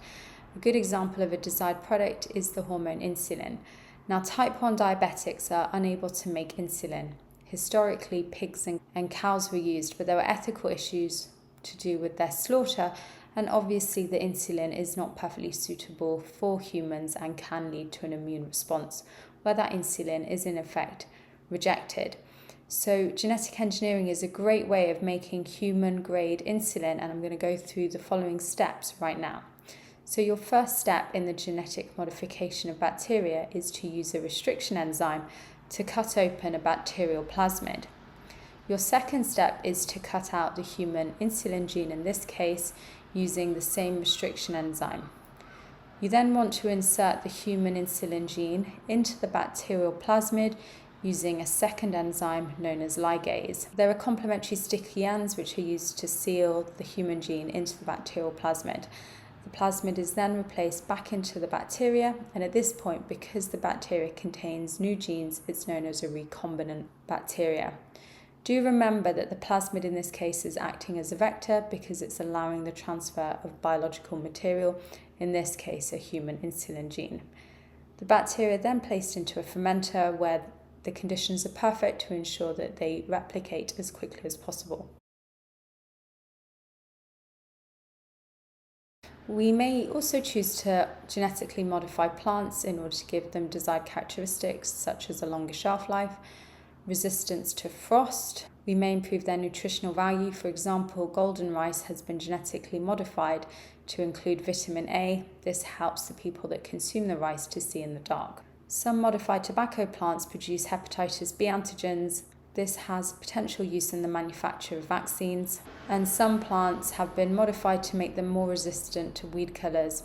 Remember, a weed killer is a herbicide, and it's important that when you apply a weed killer that the crop plant itself isn't killed. So if you genetically modify that crop plant, it's less likely to be killed by the weed killer. Transgenic refers to the transfer of genes from one species to another. Insulin is a hormone produced in the human body. Which organ produces insulin? It is the pancreas. Describe the role of insulin. It lowers blood glucose by converting glucose to glycogen. Some humans cannot produce insulin and need injections of insulin every day. This insulin can be obtained from cows, but this insulin might cause an immune response in the human body. Why does cow insulin cause an immune response in humans? So in this case, your cow insulin is going to act as an antigen which will be recognized by the lymphocytes in the body of humans, and it will be those lymphocytes that stage the immune response. So the answer here is B. The insulin now used for injections is obtained from bacteria that have been genetically modified. Describe how these bacteria are genetically modified to produce human insulin. So we know that we remove human insulin gene using a restriction enzyme. Insert the gene into the bacterial plasmid using the ligase enzyme. An industrial fermenter is used to grow the genetically modified bacteria. Explain why the fermenter is cleaned using steam before the genetically modified bacteria are added. So why do we need to clean it in the first place, and why do we use steam rather than a disinfectant? So we'll start by saying the steam kills pathogenic bacteria. Steam won't contaminate the insulin. The fermenter is sterilized.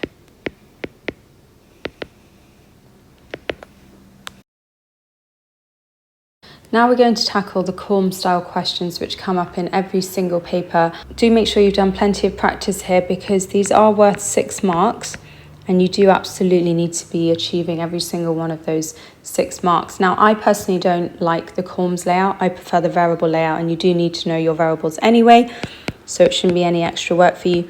So when I'm asked to plan an investigation, I start by stating my independent variable. So that's what I will change. And we will go through an example so you can see exactly how I'm applying this scaffold to a question.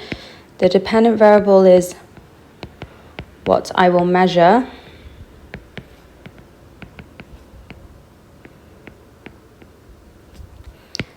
Control variables are what I will keep the same, and I suggest you provide at least 3.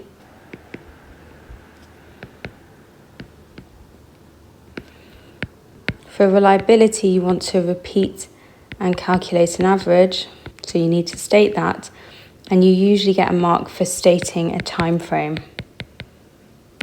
Do make sure that time frame is sensible to the investigation being examined.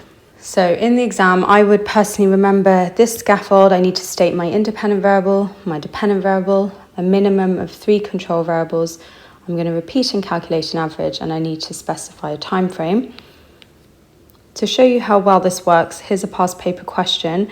The diagram shows an insect called wasp. Wasps kill their prey by injecting a poison called venom through a small tube called a stinger. Some scientists believe that the smell of venom attracts other wasps. Design an investigation to find out if the smell of venom attracts other wasps. Include experimental details in your answer and write in full sentences. So yeah, this might seem a little overwhelming, but let's use my scaffold. Let's start with my independent variable. What will I change? I will use different concentrations of venom.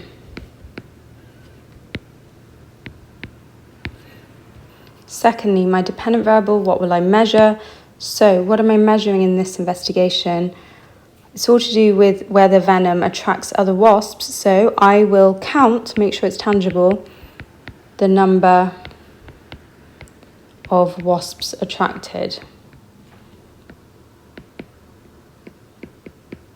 Here it makes sense to count the number. Never ever say I will measure the amount. Don't use the word amount, they don't like it. There's always a better word like number, mass, length, volume. These words are infinitely better than the word amount. Okay, my control variables, so what will I keep the same? I will keep the following the same. This is to ensure a fair test. So obviously we need the same species of wasp, and I'm even going to say and gender. Same volume of solutions. Think about other things which might impact wasp behaviour, potentially the weather, the time of year. So I'm giving lots and lots of control variables. I'm going to specify that I'm going to repeat and calculate an average, and then my time frame, let's pick a sensible time frame. I will run this experiment for 12 hours. So that's personally how I would go about answering this question. And just to show you how nicely that scaffold works, let's look at the mark scheme and see where we would have been awarded marks. Yes, I mentioned different concentrations of venom. Then I said I was going to count the number of wasps. In terms of my control variable, I stated that I'd use the same species and age. That's still the same mark, so I'll only give myself 1 mark there. I said I'd use the same volume of solutions, and I said I'd carry it out at the same time of year. I mentioned that I would repeat, and I mentioned a suitable time frame. So 1, 2, 3, 4, 5, 6, 7. I actually think I would have gotten 7 points there, so I would have definitely achieved my 6 marks.